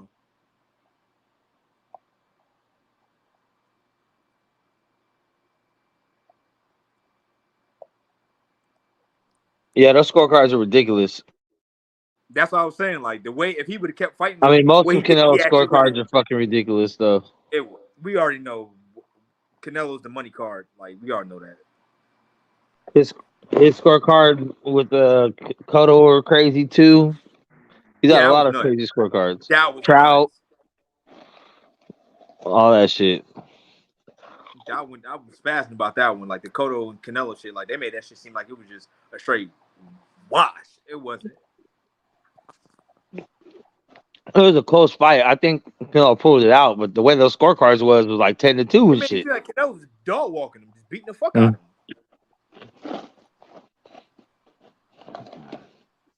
Cotto may not have the same amount of power punches, but Cotto was still in there with him. Yeah, he was. And he never hurt him though. Like Cotto never wobbled, took a step back, got stink leg or anything. I ain't gonna lie, when Canelo hit that little counter right hand straight to Cotto, I thought that would have knocked him on his ass, but he took it. Well, he ate that shit. Yeah, he ate that. That uppercut too, Canelo caught him with was like, oh man. Yeah, and Cotto was catching Canelo too, but it just didn't seem to do anything. I mean, Canelo got a legendary chin. I'm gonna put that out there. That's one strength he has: legendary chin. That nigga got a chin in that cocaine. That nigga wide ass neck took a lot. Mm-hmm. You ain't break that. That's what kept him alive against Triple G. That neck.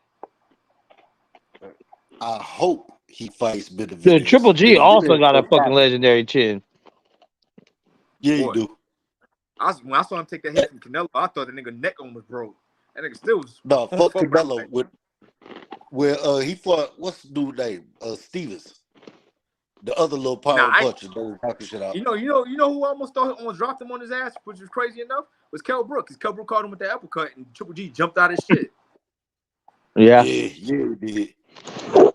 Kell Brook was catching him. Yeah, he was tagging the shit out of me. I was a stiff one. Stevens caught him too. Stevens caught him with a couple good right hands. I just knew he was about to drop him because he was stopping everything else. The Triple G caught him with that one. And it was game over. Honestly, I feel like if David Lemieux would have got him clean, he would have knocked him on his ass. That's another one. He was stopping shit until. Triple G fought safe as fuck against that motherfucker. My man had the high guard on the whole damn time and kept that jab going. He felt that power. With that. Yeah, and he knew. He knew. He felt that power. Yeah, when David Lemieux would have caught one of them hooks, that would have been woo. No, that motherfucker got a chin, man. Because Stevens caught him with that overhead right. And you see that little hair pop back, like, oh shit. Yeah, okay, it's time to box. No brawl right now. He know he can just walk forward on and just dunk and do what he want to with. But certain niggas he knew when to back the fuck up away from him. You had a welterweight do that to you. You had a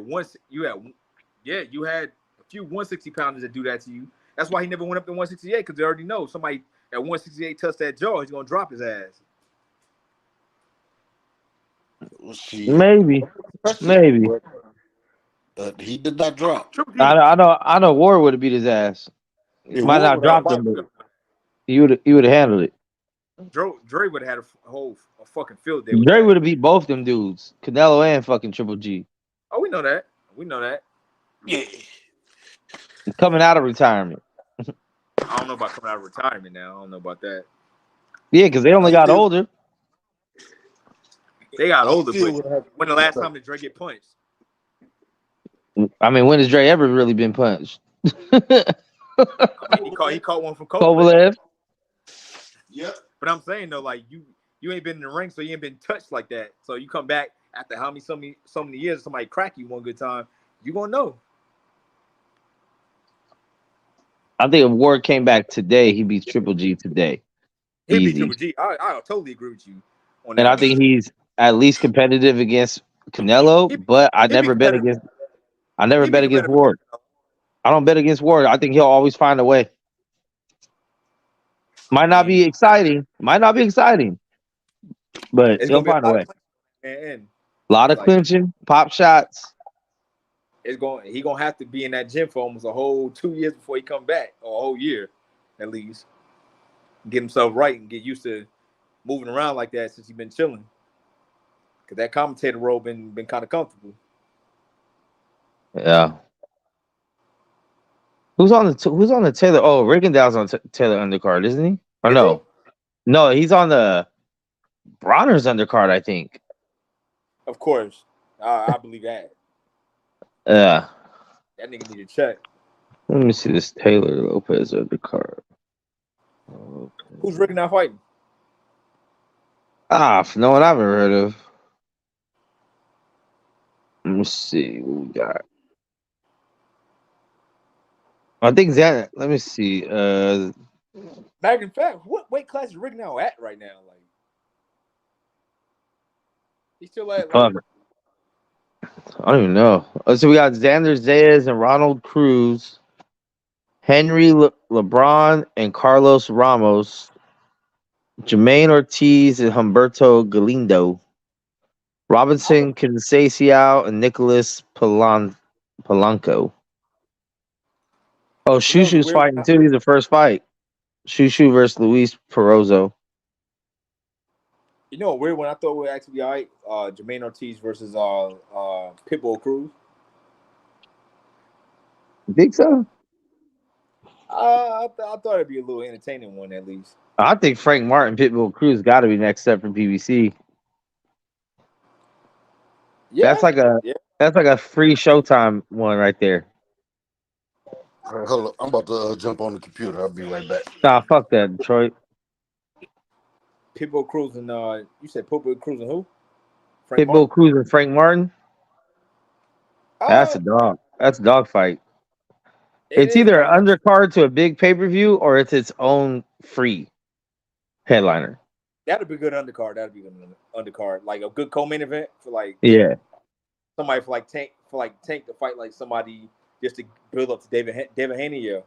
Oh, Tank, yeah, or even like on this one, like this one, Bud and Spence would be a good co-main. But honestly, I wouldn't mind seeing it as its own headliner on a free card because the tickets would be cheap to go see it live in Vegas. Yeah, and that'd be a good fight to watch live. Where you rate Jermaine Ortiz at? I feel like maybe outside the top 10. Yeah, Lomachenko, I feel like that might have just because of the fact that he sparred Lomachenko that made him look like spectacular. But we saw you saw the fact that he's inexperienced in that kind of space. Yeah, I think I'm pretty sure there's 10 better fighters at that weight class. Yeah, I agree with you. That weight class is popping though, man. That's just. You said what? That weight class is popping though. Yeah, 135 is a motherfucking monster. Because you can see all them guys, a lot of them guys being future 140 and 147 guys. Yeah, they're all young bulls that can really like make the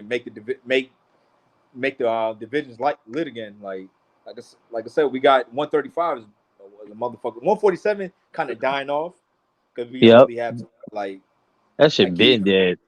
Yeah, Keith, Sean retired, Keith, whatever, and fucking. You know what's crazy is like Keith has only lost one fight and it was still super close, but like it's just like he's done. But you gotta kind of question his passion for the sport. The man got married and got comfortable, got the money he wanted, got to a position where he's all right. Then it's like, well, I have this theory that when people cut their hair, it's all downhill from there. Yeah, we saw what happened with Sugar Ray cut the fro. Yep, when Luda cut it, when Bow Wow cut it, when Exhibit cut it, when Julio Jones cut it, Clay Matthews cut it. Yeah. Anyone cuts it. If you got big with your long hair, with your hair long, and you cut it, the only exception is maybe Trey Songz. But then he got gay, so. We got Floyd too. When Floyd went bald, he got better. Well, but before they have like long hair, like dreads or braids or anything. Oh, I get what you're saying. Yeah. A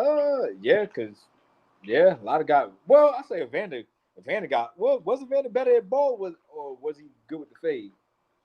or better with the fade? Oh, with the fade? Damn. I mean, it's a good question. Well, he got hepatitis. I think hepatitis when he got bald. But, I think he had most of his bigger named fights when he was bald. Yeah, but probably better, more exciting performances when he had the fade. Yeah, because he had the fade when he beat the shit out of fucking George Foreman and he beat the fuck out of a few other guys. Yeah. That's like, well, no, I ain't gonna say that because Tyson Fury got better after he went bald. Tyson Fury. He had his bigger wins when he went bald. He beat Vladimir Wilder and fucking what's his name? Dillian White.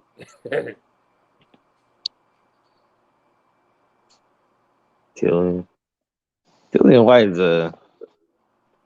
I guess he's a gatekeeper. He's a top heavyweight. He's a top heavyweight, unfortunately. I just kind of like showed you where the bar is at heavyweight.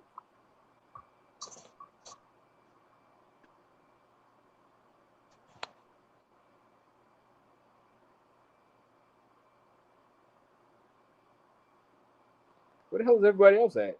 Everybody got quiet. I have no fucking idea. Kyle said his phone about to die. He come Detroit, he back. Coop is either eating or sleeping. Hey, fuck you, asshole. Hollywood is probably getting attacked by a cat. No, hey, I don't talk this boxing shit. Yeah, man. He don't know. I'm just listening. You feel me? I'm listening right now. I don't got no say so on y'all boxing conversation. If you were talking about prostitutes, he would have all the say so in the world, since he is a letter 16. But since you're not, allegedly, I'm gonna just sit back and relax and enjoy. And you're in the bathroom taking a shit on this podcast. Yeah, that's what that sound like. That's what that sound like. Nah, I'm not. I'm sitting in We all know that echo. the living room, in the kitchen, whatever you want to call it. I'm all in the same spot. Fuck. Hey, this weekend is also battles this weekend, man. Theo and Taylor. Bruh. On URL, they're doing a double impact, the 2-on-2s. The headliner is Twerk and Nitty versus Geechee and Tay-Rock. That's crazy. I do not like Tay-Rock like that. I don't either, but that's a crazy matchup. I never thought I'd see Geechee and Tay-Rock on a team. That's crazy. Tay-Rock is pure decap to me, man. Bro, ever since when the fight with Briz Rothstein and Mook was on stage, that exposed Tay-Rock right there because he did not get down and rock with no one. He ran out the back. He was like one of the first dudes off stage, and you got young ass Chess right there pulled up on Calico's dad. Was like, "What's up? What's up?" Like I was like, he wasn't even part of the shit. That's why I gained respect for Chess. I was like, okay, Chess was really, really rocking. But you, Nick, you gotta send me that shit. Cause I ain't gonna lie, I ain't been watching no battle raps in like months. And Ever since Daylight, you've been caking too tough, dog.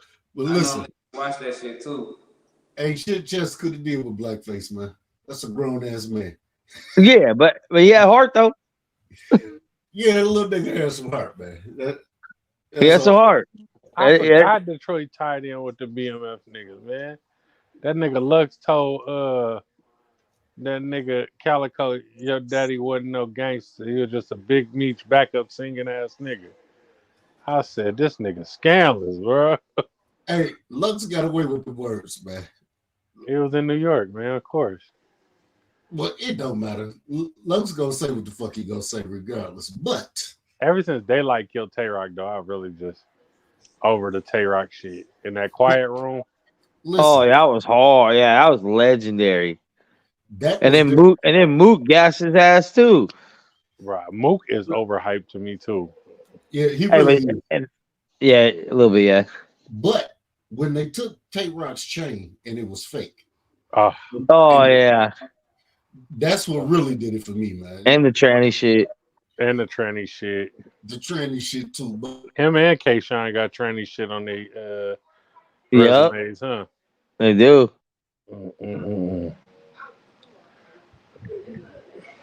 Hey, all them Dot Mob dudes got weird shit on their resume though. Between Rex and Mook and Sean.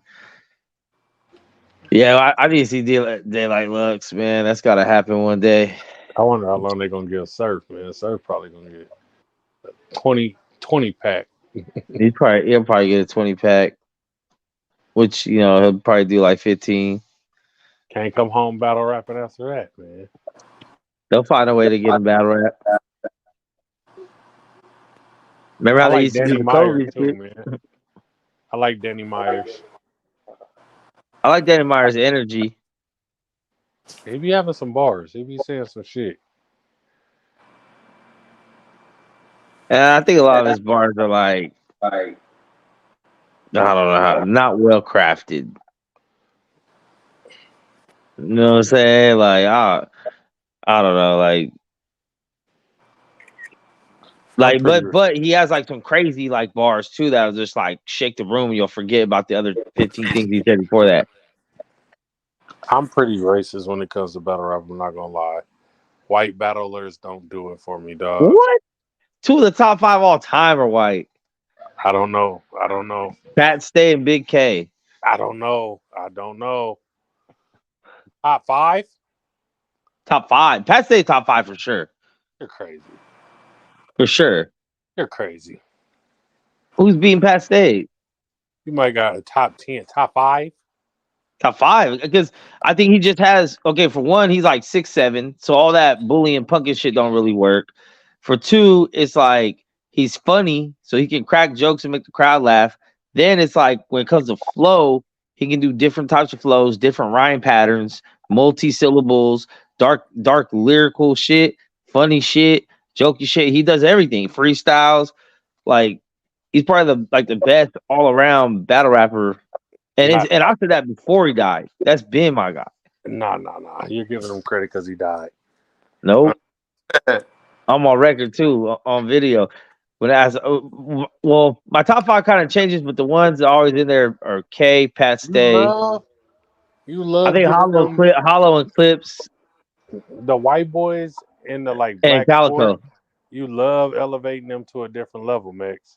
I'm here to it don't even have to. It don't have to do with that. It's just shit. I like because I used to battle rap a lot back in the day, and my style was more like get the crowd to laugh at you type shit. So I like dudes that got humor, but then I understand when it comes there's styles make fights. A lot of times, funny rappers against URL rappers, they don't do well because the URL crowd don't want to hear no jokes. They want to hear gun bars. So for Pat Stay to cross over. For Pat Stay to cross over though and always do well over there in the environments, he was still able to, you know what I mean? He had his thing. He didn't need gun bars. You think Eminem is one of the best rappers of all time? You think Jokic is one of the best basketball players of all time? I think Eminem is one of the best guys at rapping. I don't know about rapping. Top 5? Top 5. Get out of here. Top 5. No. Who's better than Pat Stay? Who's 5 better? Top 5. Vanilla Ice? Who's 5 better? It's 5 niggas that's better.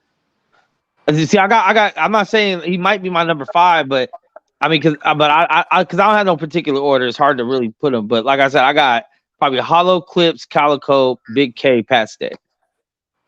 Actually, no, I have to take I'll take someone out because Geechee's got to be in there.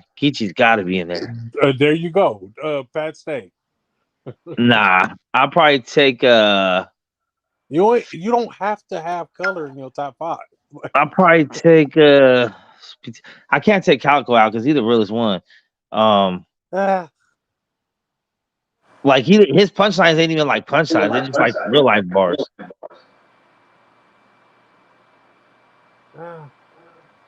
When I said I was 12 years old before I found out. Is better than Calico. Nah. See, now Surf gets a bump to find out that everything he was rapping about he was doing. You feel me? So it's kind of like, damn, I have to go revisit some of the battles now. And Surf does have legendary moments, but he also has some moments where he shit the bed pretty bad. I've never really seen Calico I've never seen Calico choke, where he just forgets his bars. I've never seen Calico really have really ever get bodied. Like even with the Surf shit, I mean with the Lux shit, he still won the other 2 rounds. Because one of them, Lux forgot his whole round. So that's automatic. And then the first round was like, it was all right. Like, it wasn't like Lux did a lot of kind of I'm back here type bars. It wasn't really aimed at Calico, but Calico's round was kind of short, so it's debatable. But that third was, whatever. Other than that, it's like that third was fire. They didn't even book y'all niggas rooms. Harlem Hospital giving beds out. Man. Plus Lux's style on that shit, we never. First of all, he came back with that style. That's not how he sounded when he left. Hey, whoever stood in front of Lux that night was gonna lose. There's no fucking way you're gonna beat Lux in New York on his comeback, bro. That fool choked and still won. He had Diddy and Busta in there going crazy. You feel me? Dude, back when we used to battle, if you choked, that was an L. Or at least the round's over and you lost that round, but most of the time that was just straight L. It's like a forfeit almost. But I mean, battle rap, fuck. But then you have other guys too, like, I guess it's harder because you got to compare eras. Because originally it was like on beats and it was freestyle off the top of the dome. That's completely different than what they got now, where there's no music. You write your shit down, memorize it. That beat shit weak. You got to go a cappella. And then back in the day, it used to be tournaments where you didn't know who you were battling next, so you had to freestyle against them. Now this shit, like 3 months in advance, 2 months in advance, you got to battle somebody. Yeah, you get the right for that person. Yeah, that's why I think the quality of this is definitely better, but I think the skill of the old school battle rap is more skillful because it required more. You had to be able to ride a beat for one. If you didn't know how to even ride the beat, it was going to be hard for you to get a punchline off the timing of it. And then you had the freestyle off top of the dome, which led to a lot of weak ass setup bars. Me and my friends do it iller. I just want you to know that. It's like that's a weak ass setup to get to that punchline and shit. But nowadays it's like you can make every bar count. You can do like rhyme patterns, you can do rhyme schemes like AAB and all that other shit. And you can do you can act out shit, you can get props, and like back in the day when you were freestyling, if you bought a prop, people would damn near boo you because one, it would seem like you weren't freestyling like you planned it, and two, it was just hella corny. Nowadays you can bring all kinds of shit to a battle. The females bring props, they could be going crazy. Hey, if you don't bring a prop, they think you crazy. Hey, the female brought a picture of the inside of that girl's house, and she was sitting on the mattress on the floor and it looked like a trap dog. It was over when she did that. Yo, what Clips just did, who the fuck did he battle? God, this was what, last week? Who the fuck did Clips battle? That white boy, right? Clips battle Rosenberg Raw. Yeah, when he How's it doing? The ARP. Huh? I said when he shot the text to ARP. Oh yeah. In the middle of the round, like, look at this nigga face. I say, yeah, Clips kind of cold with it for that. Yeah, that's what I'm saying. That's why Clips is like in my 5, but I might have to take him out and put Geechee in there just because Clips did have that run where he was trash for a little while. He was fucking around, he was trying to freestyle everything. Pat Stay is in his top 5. Man, I'm about to watch some of this shit tonight. Pat Stay is definitely my top 5, bro. Send me some shit. I used to have a little Coffee TV. Pat Stay was a funny motherfucker, man. And the fact that he was so big, like, didn't nobody want to try him until Calico tried him. Yeah. Calico was faded as fuck that night, too. Yeah, he was on one. He was on one for sure. Yeah. Let's see. I'm trying to see Pat Stay's resume. Who he beat? You're a Detroit nigga. Yeah, I know you might be biased. Okay, he beat HFK. But it's my nigga Ill Will from Pontiac. Hey, he's Calico. Hold on. No. Who you think won that, Coop? I don't know. I'm waiting for Detroit. You said what? I'm asking you, who do you think won that battle? That battle between them two? I gotta go back and watch it. I don't know. It was a close one. But you got to edge it to Calico off that one. It I was edged because it. of Calico. Yeah, it was, and I love that it was in a parking lot. I give that old school feel. Yeah, What it battle? was raw. Calico and Ill Ill Will. Will. Calico. Calico got him. See what I'm saying? Y'all Calico fans though, so y'all might I'm be an Ill Will mad. fan too. Yeah, because Ill Will just got I off. think Ill Will's probably one of the most underrated battle rappers of all time because I would have to agree. he's probably in my top. And for the same reasons as like the Passe shit is he. Well, it not necessarily Passe, but he's funny and he also has the street appeal. He can do both. You got to have a little bit of humor at times. You can't just be hard all the time. You have a little bit of self-humility and a little bit of like humor. Because if you try to play gangster 24/7, that's who you have to be. And then people don't really see you as like a person. You're like a character. Where like when you have a sense of humor, you're like, this dude's funny. Like, oh no. This is what I want to know, man. How gangster are you in Nova Scotia? What's really going on out there? So see, but that's saying Pat said never played the gangster shit, right? But he was a big ass dude, so you couldn't really just be like, "I'll whoop your ass," because it'd be like, somebody stuck his motherfucking ass up. Yeah, they stuck his shit, bro. But that's what you'd have to do. So then it's like now it kind of changes that thing because you see the guys that have been bullies and tough guys, but then when they're up against someone that's damn near twice their size, it don't sound right. And they're like, okay, well, I'll shoot you. And then it's kind of like, oh, so you'll shoot him because you can't beat him up. Now it kind of backfires a little bit. Gun bars kind of backfire. Listen, I waited on Suge. That was the one event that I went to where Suge was supposed to come to Detroit. Oh. And he was not. He did not show up. Surf went to jail. They had Arsh shook in there too. He said, "What Suge?" But listen, I'm in the building, right? Me and my cousin. Now my cousin's cool. Oh, you were there that night when Trick talked to Arsenal? Yes. Listen. It makes you probably gonna remember this shit when I say it. Now, me and my cousin sitting there, he introduced me to Trick. And we all talking, and Verb and Ill is like 3 feet away from us. I give Verb the nod, like, what up? That's that nigga. And Ars walked past. And Trick like, where your man's at? He like, who you talking about? He like, you know who I'm talking about. But you could hear the crackle in Ars' voice, just like you heard it on stage. On that touch go. So Ars kept walking. He looked back to see when somebody chasing him, but not, or I ain't gonna say chasing him, I'll say approaching him. Well, we all know Arse is not like that. He put in the contracts that you ain't gonna get your bag if you hit me while I'm rapping. So, you know, exactly. So we all know the boy ain't, you know.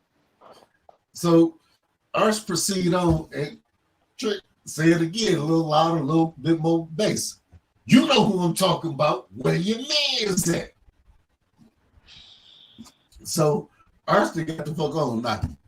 So as we standing there kicking it, a little slim guy walk in. Now, next, like I said, I know you remember this shit. Do you remember when Royce got caught up in Australia? He was on tour with him. He got caught in a hotel room with some hoes. He was all on media takeout and shit. Yeah, a long time ago. Yeah, this was that night. This happened the day before. So Royce's manager was trying to pop in Royce's wife. He went over there like, I don't know what's wrong with him. He on some whole ass shit. And I always loved you, and you should have picked me. Whoa. Yeah, so Royce had already called Trick and told him if that nigga show up to the venue, get him together. Now, Dog was about 6'2". I'm going to give him maybe about 140 pounds. Every one of them Goon Squad niggas was like about Coop size and about 6'5" and up. They grabbed hold of that boy. That boy walked in. He gave Trick the nod, and Trick said, "Choo woo," and pointed at him and beat the brakes off of him and threw him clean out the front door. And the police asked Trick, "Was it a problem?" He said, "No, we was just taking out some trash." Damn. I said, "Damn." I didn't know he had it like that. And he came back over and got to talking to us like nothing had happened. I said, yeah. Suge is lucky he didn't show up because he was gonna die for disrespecting Proof like that. Yeah, Right. but it was just a bar though. No, you got to go back and rewatch that, Max. Oh, because the interview shit too. No. When he battled Calico and he kept asked, "Where's the proof? You ain't do shit," etc., etc. When nobody went in there because Proof was actually with my cousin the night he got killed, and it was just a fucked up, some humbug ass shit. Somebody said you talking about Keno? No, his name was Chop. Oh, and Keno was the guy. Keno was Roy's manager. Yeah. I ain't even got the comments. The homie right here said he's from Detroit. You got songs with Royce Proof, etc. Bizarre, RP Bugs. Oh, Brandon. Yeah. Brandon. Yeah, you got it right. Damn, I gotta look at his face. I might really know him. Okay, shit, Brandon, I'm from the D too. Me and Proof went to high school together. We out the same hood. Yeah. Roy's manager. Yeah. I went to high school with all them D12 niggas. We all went to the Bourne, with the exception of the ones that was on the west side. But yeah, shit. Me and Conniving was actually in 8th grade class. We went to middle school together. But neither here nor there. Yeah, they got dogged together that night. DJ Butter, Wesley Valentine, DJ Butter. I'm trying to put a face to it. I know the name, dog. I know that name. But yeah, it was bad. It was bad for your boy Ars that night. Yeah. I mean, that was a smart business decision for him not to go though. Yeah, he wasn't gonna make it up out of there. And I gave Nadi, the 9-ass. God, what the fuck is his little brother name? This is my little man, but outside of the other shit, outside of the music shit. And I can't think his name right now, but type it in there.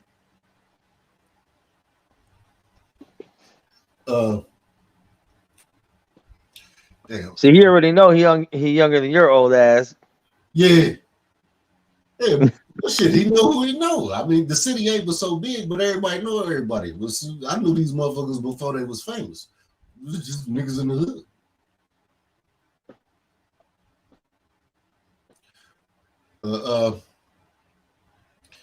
I gave a lot of props to Surf for coming, but Surf only came because he was cool with Calico, and Calico tossed him a mag right when he got there. But he did something and went to jail. See, what would have happened? What would have happened in that? What would have happened in that situation? Calico gave Surf the thing, and then some shit cracked off, and say Surf catches a body or some shit happens with the gun that Calico gave him. What would the politics of Detroit be like at that? Nigga, that's your gun. Fuck you mean? You came here with that. I ain't gave you shit. I didn't give you shit. You did that. Fuck is you talking about? No, but I'm saying, would the dudes from Detroit feel some type of way if they get shot with a gun that Calico gave the dude they were trying to beat up? I mean, Surf wasn't gonna be able to jump in there. Surf is about 5 foot tall, man. Surf would have seen him and like, hey, bro, you know what you said? You on your own.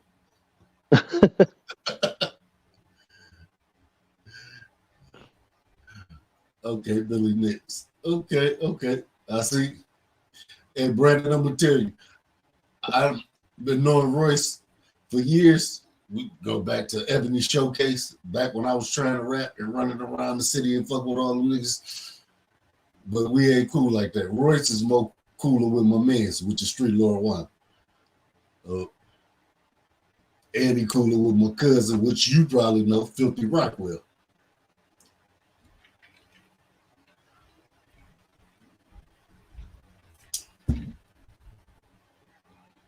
His cousin did beats for Royce, Slaughterhouse, and he did some shit for M, but I don't think it came out yet.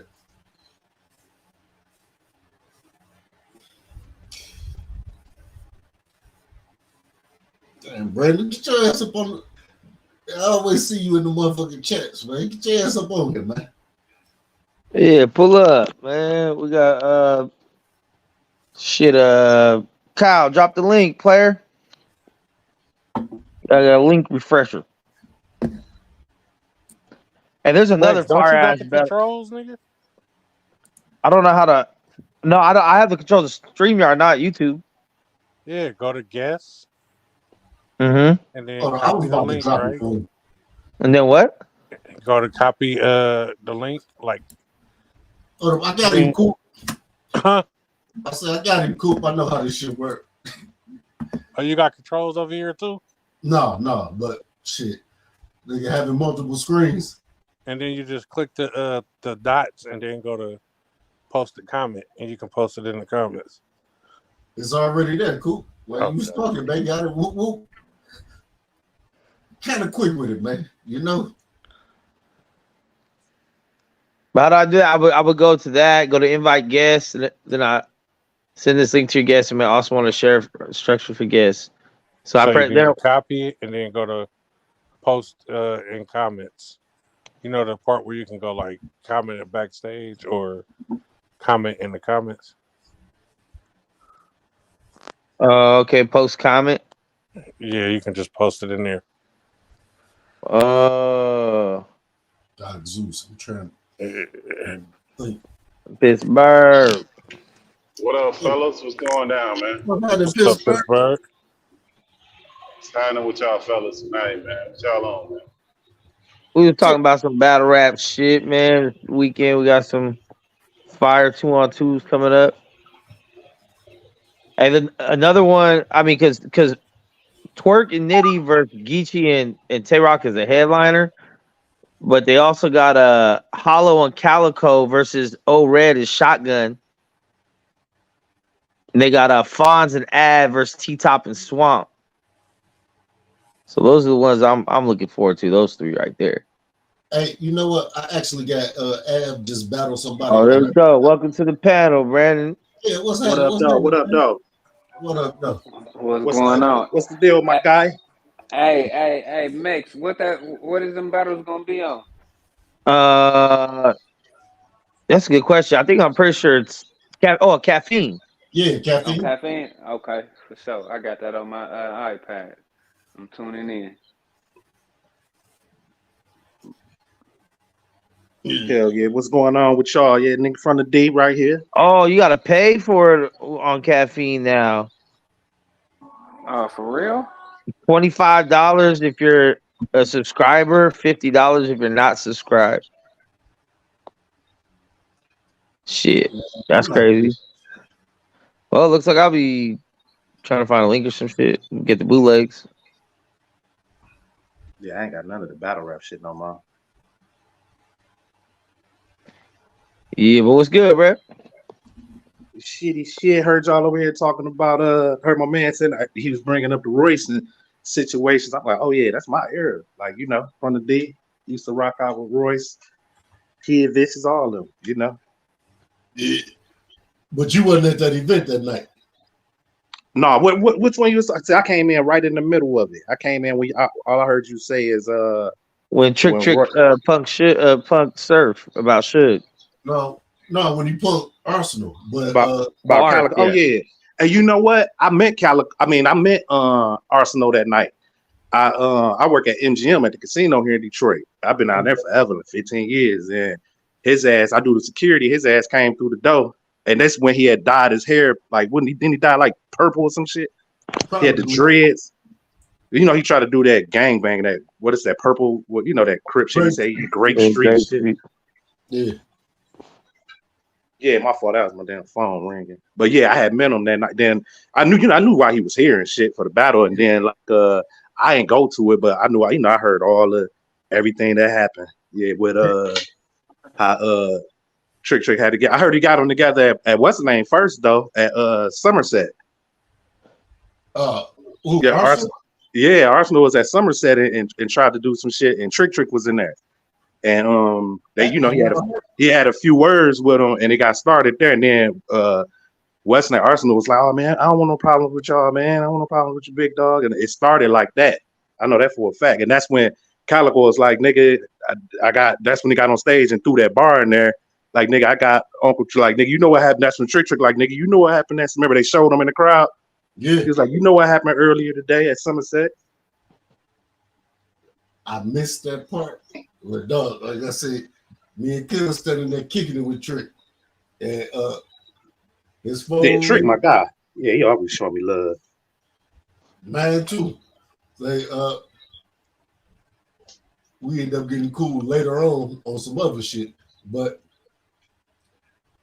that day that was the first time I had met him, and we sitting there kicking it, phone ring, and dog just happened to walk right in. I swear it was about 30 seconds after the nigga hung up the phone. Trick pointed at him and said, "Choo woo," and that dog together. And you, hey, if you know them niggas, you know every one of them niggas is 6. Hell yeah! Everywhere we go, we deep. Hey, them goon squad niggas. 340. Them goon squad. I'm telling you, when I'm at work, when Trick walk in here, you know, give me that. But that nigga walk in, it's 15, 20 niggas with him. Yeah. So he's really the mayor of Detroit, huh? Yeah. Yeah, that nigga the mayor. It was Proof before that. What they call Proof, like the hip hop mayor. You know, they call him the mayor of Detroit. But yeah, that motherfucker, Trick actually, like, yeah, he the streets mayor. Yeah, he shut shit down.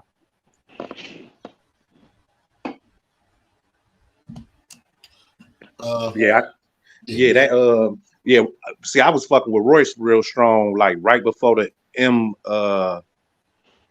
deal and all the Ebony Showcase days. Remember, Doc Seuss used to do all his beats at Ivy Duncan studio in the Greenfield Plaza in the basement. Yep. Yeah, I watched him and M record. Bad Meets Evil. I watched and then when he got signed. When M got signed, Butter, he called me and Butter up to the studio. Butter got it all on video. It's on DJ Butter page and shit. But I watched him and Royce record. They never put it out neither. Actually, I think they did that song Pharrell, because Pharrell used to send. Do you remember Royce that got signed to Tommy Boy? Yep. They got the $1 million deal or whatever. And I got a bunch of pictures with him that week he got signed. It's all on my Instagram. I went to Miami. It was what was it? It was a Jay-Z Rough Riders tour. It was like 99. Okay. But I was 18 then. But I watched Royce and M record Chicken Heads. You know that song, the song Chicken Heads where Pharrell did the beat? It never came out. You could YouTube it. It's a leak out there. Man, that shit's so cold. I was like, man, if they had to put that shit out. And M, I watched him record. He do one bar at a time. That nigga, you know what I'm saying? And then he'd do the bar, step away, chill for a minute, crack some jokes, go back in, and never lose character. You know what I'm saying? Yeah. And this after the Marshall Mathers LP. You know what I'm saying? So this MM, like he the man, you know. Yeah. Now see, man, I remember him being a dusty little white boy. Hold on. My fault. That was my wife walking in. Go ahead. For sure. So I don't know if you remember this, like back around when Ebony Showcase was popping. C-Notes used to be popping on Monday nights. I'm trying to remember what night. I think Ebony Showcase C-Notes was Sunday night. Ebony Showcase was Monday night. But you had C-Notes was Van Dyke Semi, right? Yeah. Okay. Yeah. You had Club 313, which was on 7 Mile. Oh no, I went up on that. In between Outer Drive and Hoover. Okay, yeah. Which that's my hood. So okay. This nigga named Armageddon, he used to own it. And I used to be in that motherfucker all the time. So one day I see the doors open. I go up in there just to pass some time. He in there cleaning up and shit. And he in there talking to him. And I had heard of him, but I had never seen him. Right. But this is the first time. This was when that his first album had dropped, but it wasn't making no noise. And he was sitting there looking depressed and shit. He was looking like the motherfucker from 8 Ball. Right. Like, damn. So I'm sitting there like, who the fuck is this dusty little white boy? And I'm getting like, he got bars. I look at the album cover, I'm like, that's what's up. Hey, like a motherfucker, like you walking out the gas station, motherfucker got a CD, and you looking at him, and on the CD cover, he on the Bentley. He got $1 million. He iced out on the CD cover, but you looking at him in real life, and it looked like hard times. And in your brain, you like, this some bullshit. I'm straight. Yeah. That's just what it was. And lo and behold, I knew he was cool with Proof, but I had never seen them together. And I guess this was that stage where he was transitioning and breaking away from them. Yeah, I've been knowing Proof since I was like maybe 13, 14 years old. Shit, I remember when the first little show he had me do, he took me to Timbo's upstairs. Yeah. One night, him and DJ Len Swan, and I had did the little he had pulled me on stage, did a little show and shit. And then he took me to it used to be the one that him and Hex. You remember Hex Murder? That's in the wheelchair? Yeah, that like a stroke. That was Hex was Proof, like that was his right hand man, like his manager. Hex Murder and shit. Shit, that was like before it was Trick, it was Hex. He was like the Suge Knight of this bitch. Okay, but he got a patch on his eye, Hex Murder. But that motherfucker, it used to be a club on Joseph Campo right next to the Wendy's. Damn, what was the name of that club? But Proof was up in there. He motherfucking made me perform and shit with his ass. But yeah, I got a couple songs with Proof. I got like 3 or 4 songs with him. But shit, he was always at my mama house on 7 Mile and Hubble. Shit, Bizarre used to he stayed with my ass for like a whole. So this was when they was doing when M was doing the Marshall Mathers LP, and that motherfucker Bizarre used to stay on 7 Mile and Rutherford at the time, but he used to always be at my house, just spending the night all the time with Butter. And, it was a studio on 8 Mile across from All Stars called Modern Tribe. We used to walk up there all the time from 7 Mile, just right on Hubble. Just take Hubble straight down and shit. But this nigga, when this nigga Proof, I remember when M had got the deal. This nigga Proof used to pop up fresh as hell because Mark Hicks was managing them at the time. Mark Hicks from Highland Park and shit. Dog, do you remember when he popped up with the champagne bourbon and happy as hell? Yeah, the bourbon, yeah. That was his shit. That bourbon, yeah. Dog, hey, see, dog, I stayed 2 doors over. Like I told you, me and Kanai, we went to middle school together. But I'm 2 blocks over from Fat Sammy in 3rd. That was it. That was the car he had before he died. That champagne bourbon. I know. That was the last car he had. Yeah. I know. Because he used to pull up in the Navigator. It was Mark Hicks Navigator, but this one M had got the deal, and M was because they thought like M had kind of like forgot. He was shit. M went out there and recorded like 90% of his album without him, and then he called them niggas and flew them out, and they did the one song on it. They did a few songs, but they picked the one song, and they all came back. Like I guess they were satisfied because I had the leak. Proof had gave me I had a black cassette, a Maxell tape. And it was a leak of the damn Marshall Mathers LP. And he was popping up every day, fresh as hell. And I'm like, damn, why this nigga stupid fresh? Just like when Saucony's was the shit.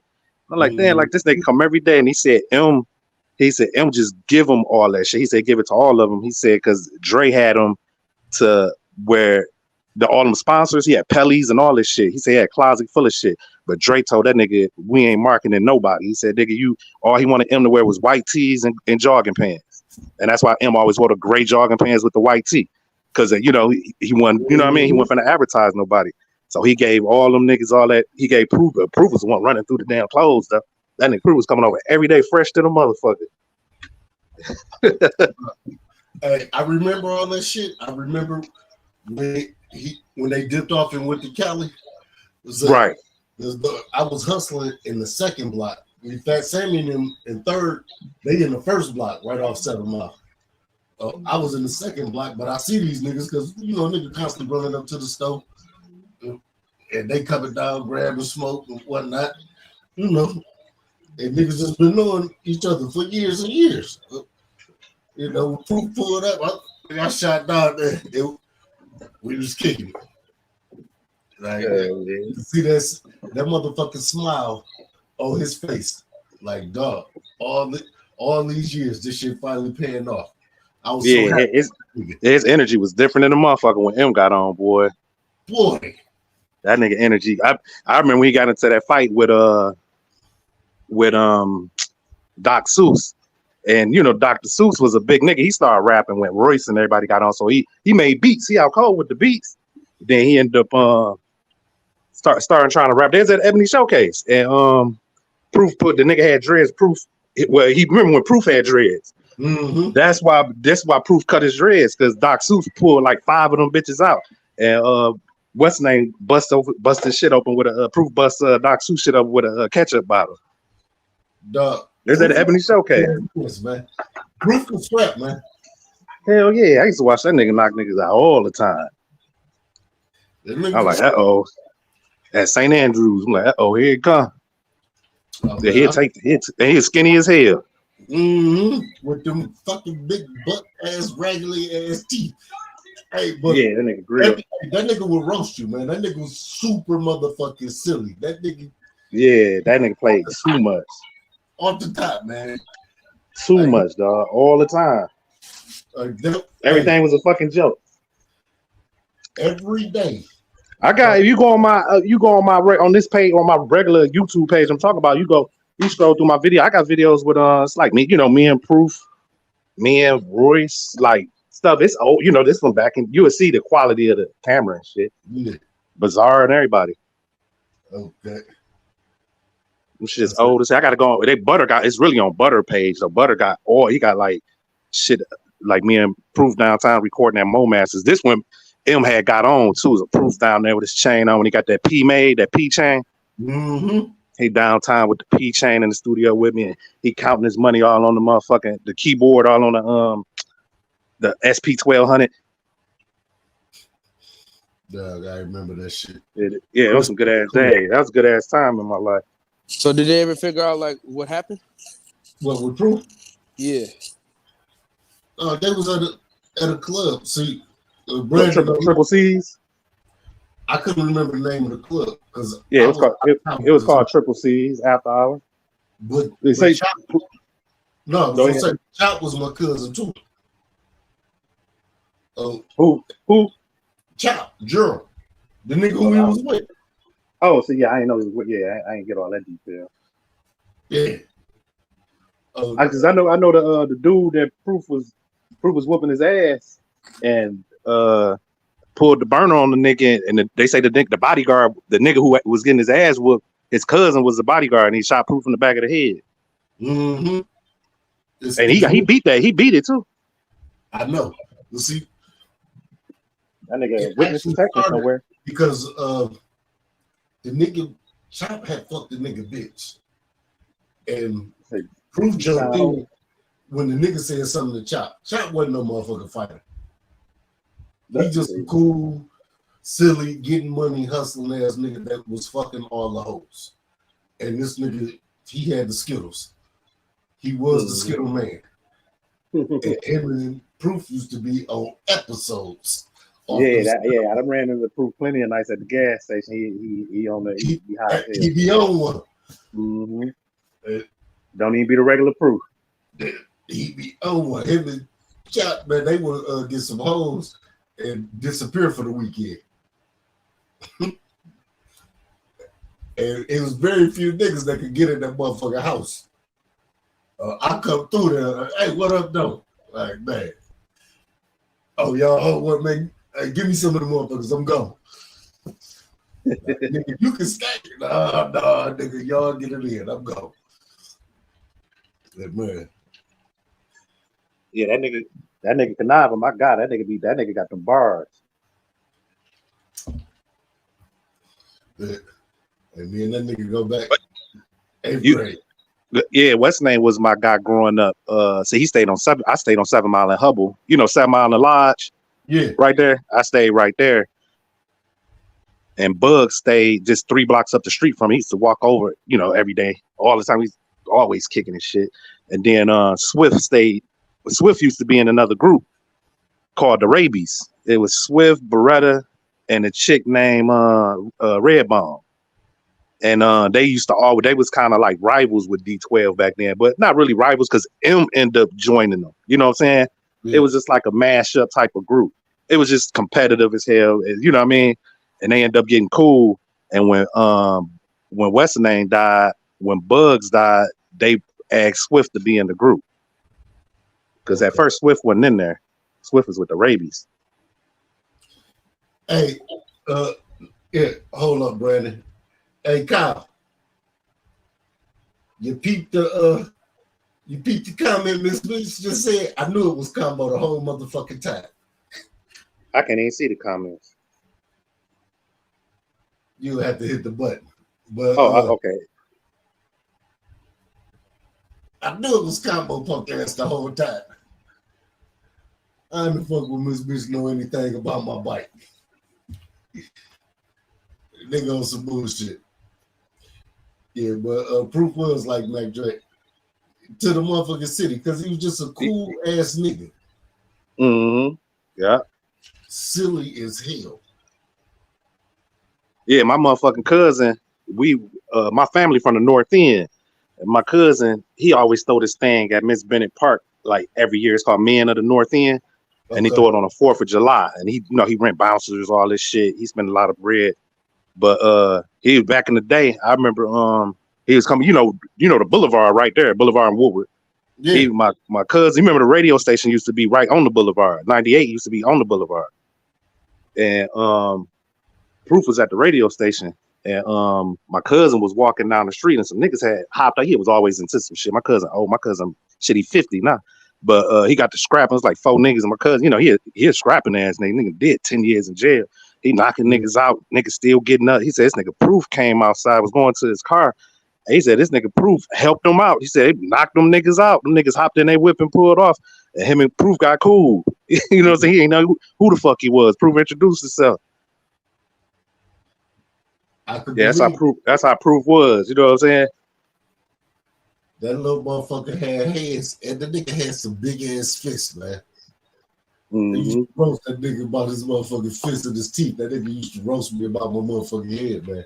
But every motherfucking day, at least like 3 times a week, man, we be walking home from school, and I had that nigga say that Superman rap.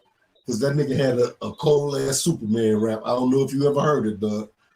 But he had some shit back in high school where he was fucking up every superhero. And this shit was the coldest shit of him. No, I ain't heard it. When I first heard Proof, I heard him on when he used to be with Five Elements. Okay. When JD used to make all the beats. And see, when what was his name? Infinity or Infinite? Infinite, something like that. Infinite. Okay, now Infinite and Armageddon is cousins. Armageddon was from New York, though. Oh, okay. Yeah, I think I know Armageddon. I know who Armageddon is. I just can't hit it on the nose. I know exactly who that is. Yeah, he kind of looked like Old Dirty Bastard, but he got all his teeth. But the nigga had dreads. Cool as hell. I ain't seen the nigga in a minute. But yeah, him and Infinite, they had a spot over on Glenwood in the Boulevard. Oh yeah, that's the shit. I'm there. I'm right there every day on Glenwood and the Boulevard. Right by Dexter or whatever that is. I mean, I know you talking about by the BP gas station and shit. No, they was further down. What's that? LaSalle Gardens. Something. Oh yeah. They going toward by Central and shit. Well, not that far, but I know what you're saying. Going towards Davidson. I'm talking about back toward the Boulevard. It was close. Yeah, I know what you're saying. Closer, yeah. Close, yeah, it's between the Boulevard and I know what you're talking about. Off the Boulevard, ain't it? Say it again. That's northern off the Boulevard, ain't it? No, that's Northwestern. Okay. Northern on Woodward. Okay, you're right. Yeah, my brother went to Northwestern. Yeah, Northwestern with the big ass gun in the front. What's it called? The old the ones they used to use in the army. Mm-hmm. Yeah. You said Northern. That's the one on Woodward. Yeah, that's up at HP. Yeah, they done closed Northern down. Well, it's like a adult alternative. Yeah, some type of shit now. Yeah. Yeah, Northwestern. What's that about 4 blocks from about 5 blocks from Hillsville? Or the same damn side? Yeah.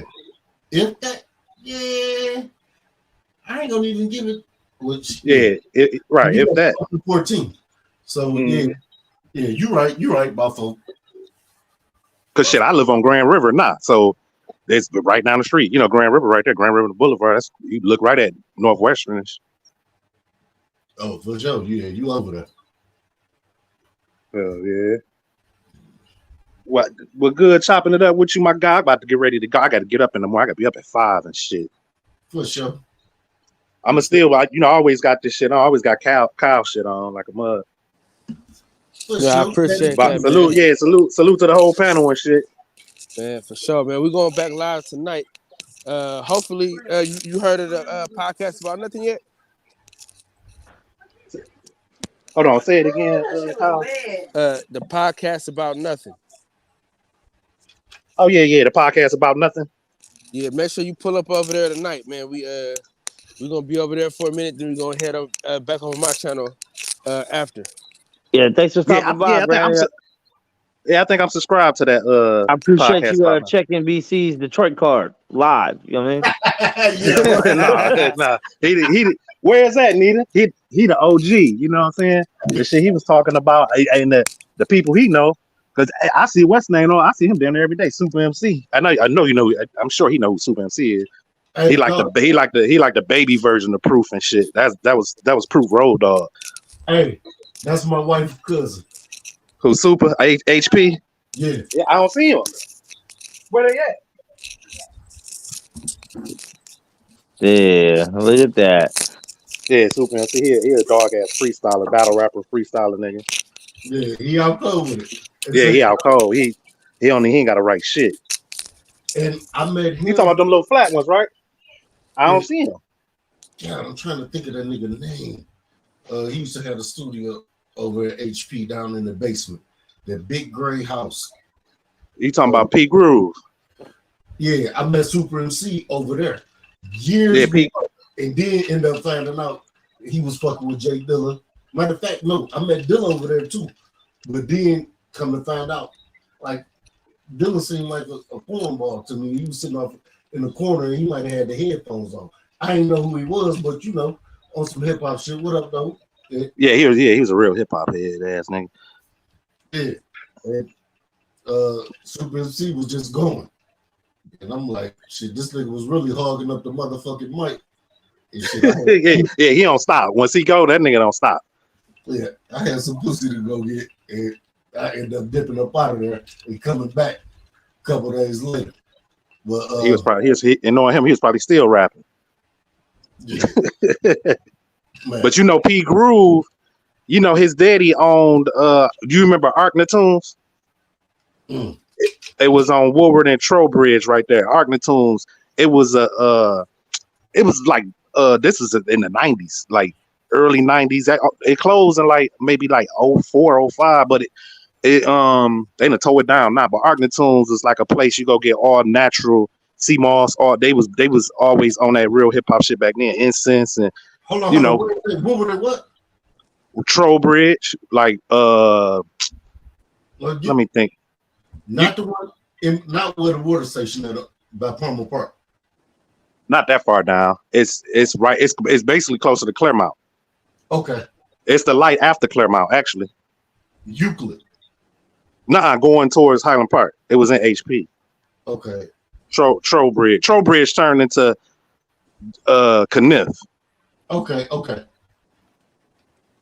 Well, you know when you go into Hamtramck and shit. Yeah. I used to stay over at Hamtramck. But no, I ain't never fucked with that one. Yeah, I worked at that goddamn Wendy's in Hamtramck for years. My brother used to be the manager of that Wendy's in the 80s and shit. Yeah, I had a little Becky over there. Damn. Right, he stayed in them projects, in the ones off of Kniff and 75. Yep, I'm already know. In the back, the ones in the he stayed in them for years. When he was young as hell, like 17. My mom's let his ass move out the crib, and shit, he stayed out till he was 25. It was a chick he was messing with over there named Nikki. Him and Nikki was together for years. So them was the only projects in here. I'm trying to, but then I got to think about the ones off Mount. Oh yeah, that the Buffaloes. Yeah. Yeah, it's only like one of them motherfuckers left just for just like did. Oh, you did? Yeah, they did. Yeah, y'all be right. They redid the whole shit. Yeah. Yeah, the motherfuckers are up to date now. Yeah, they look good. Yeah. Hey, one of my little stepbrothers, baby mama still up in there. That nigga was in there for a little minute. Yeah. Yeah, them motherfuckers look good. I seen them motherfuckers about 2 weeks ago. Shit, I was over there in that area. Okay. Damn, it was something I was about to say to you. Something about motherfucking proof ass. It just slipped my mind. And nigga, my drink about empty. Say, your ass gotta go. Say, nigga, we gonna kick it. Say it again. I said, no, it just slipped my mind. It was something I was about to say to you, nigga. But I'm about to ain't this the chat I hit? It's just for us to see. Yeah, in the private. Yeah. Yeah. I'm about to send you my number and shit. Okay. Right, hitting it because I'm big on the boxing shit. That's why, like for sure. That's why I ended up going to the what's the name? To this channel, you know what I'm saying? Yeah. I got Earl putting that punishment on Bud though. But we on the same type time. Yeah, I think that motherfucker Bud too small, man. It's gonna play a factor. Yeah, okay. I did. I see how. Yeah.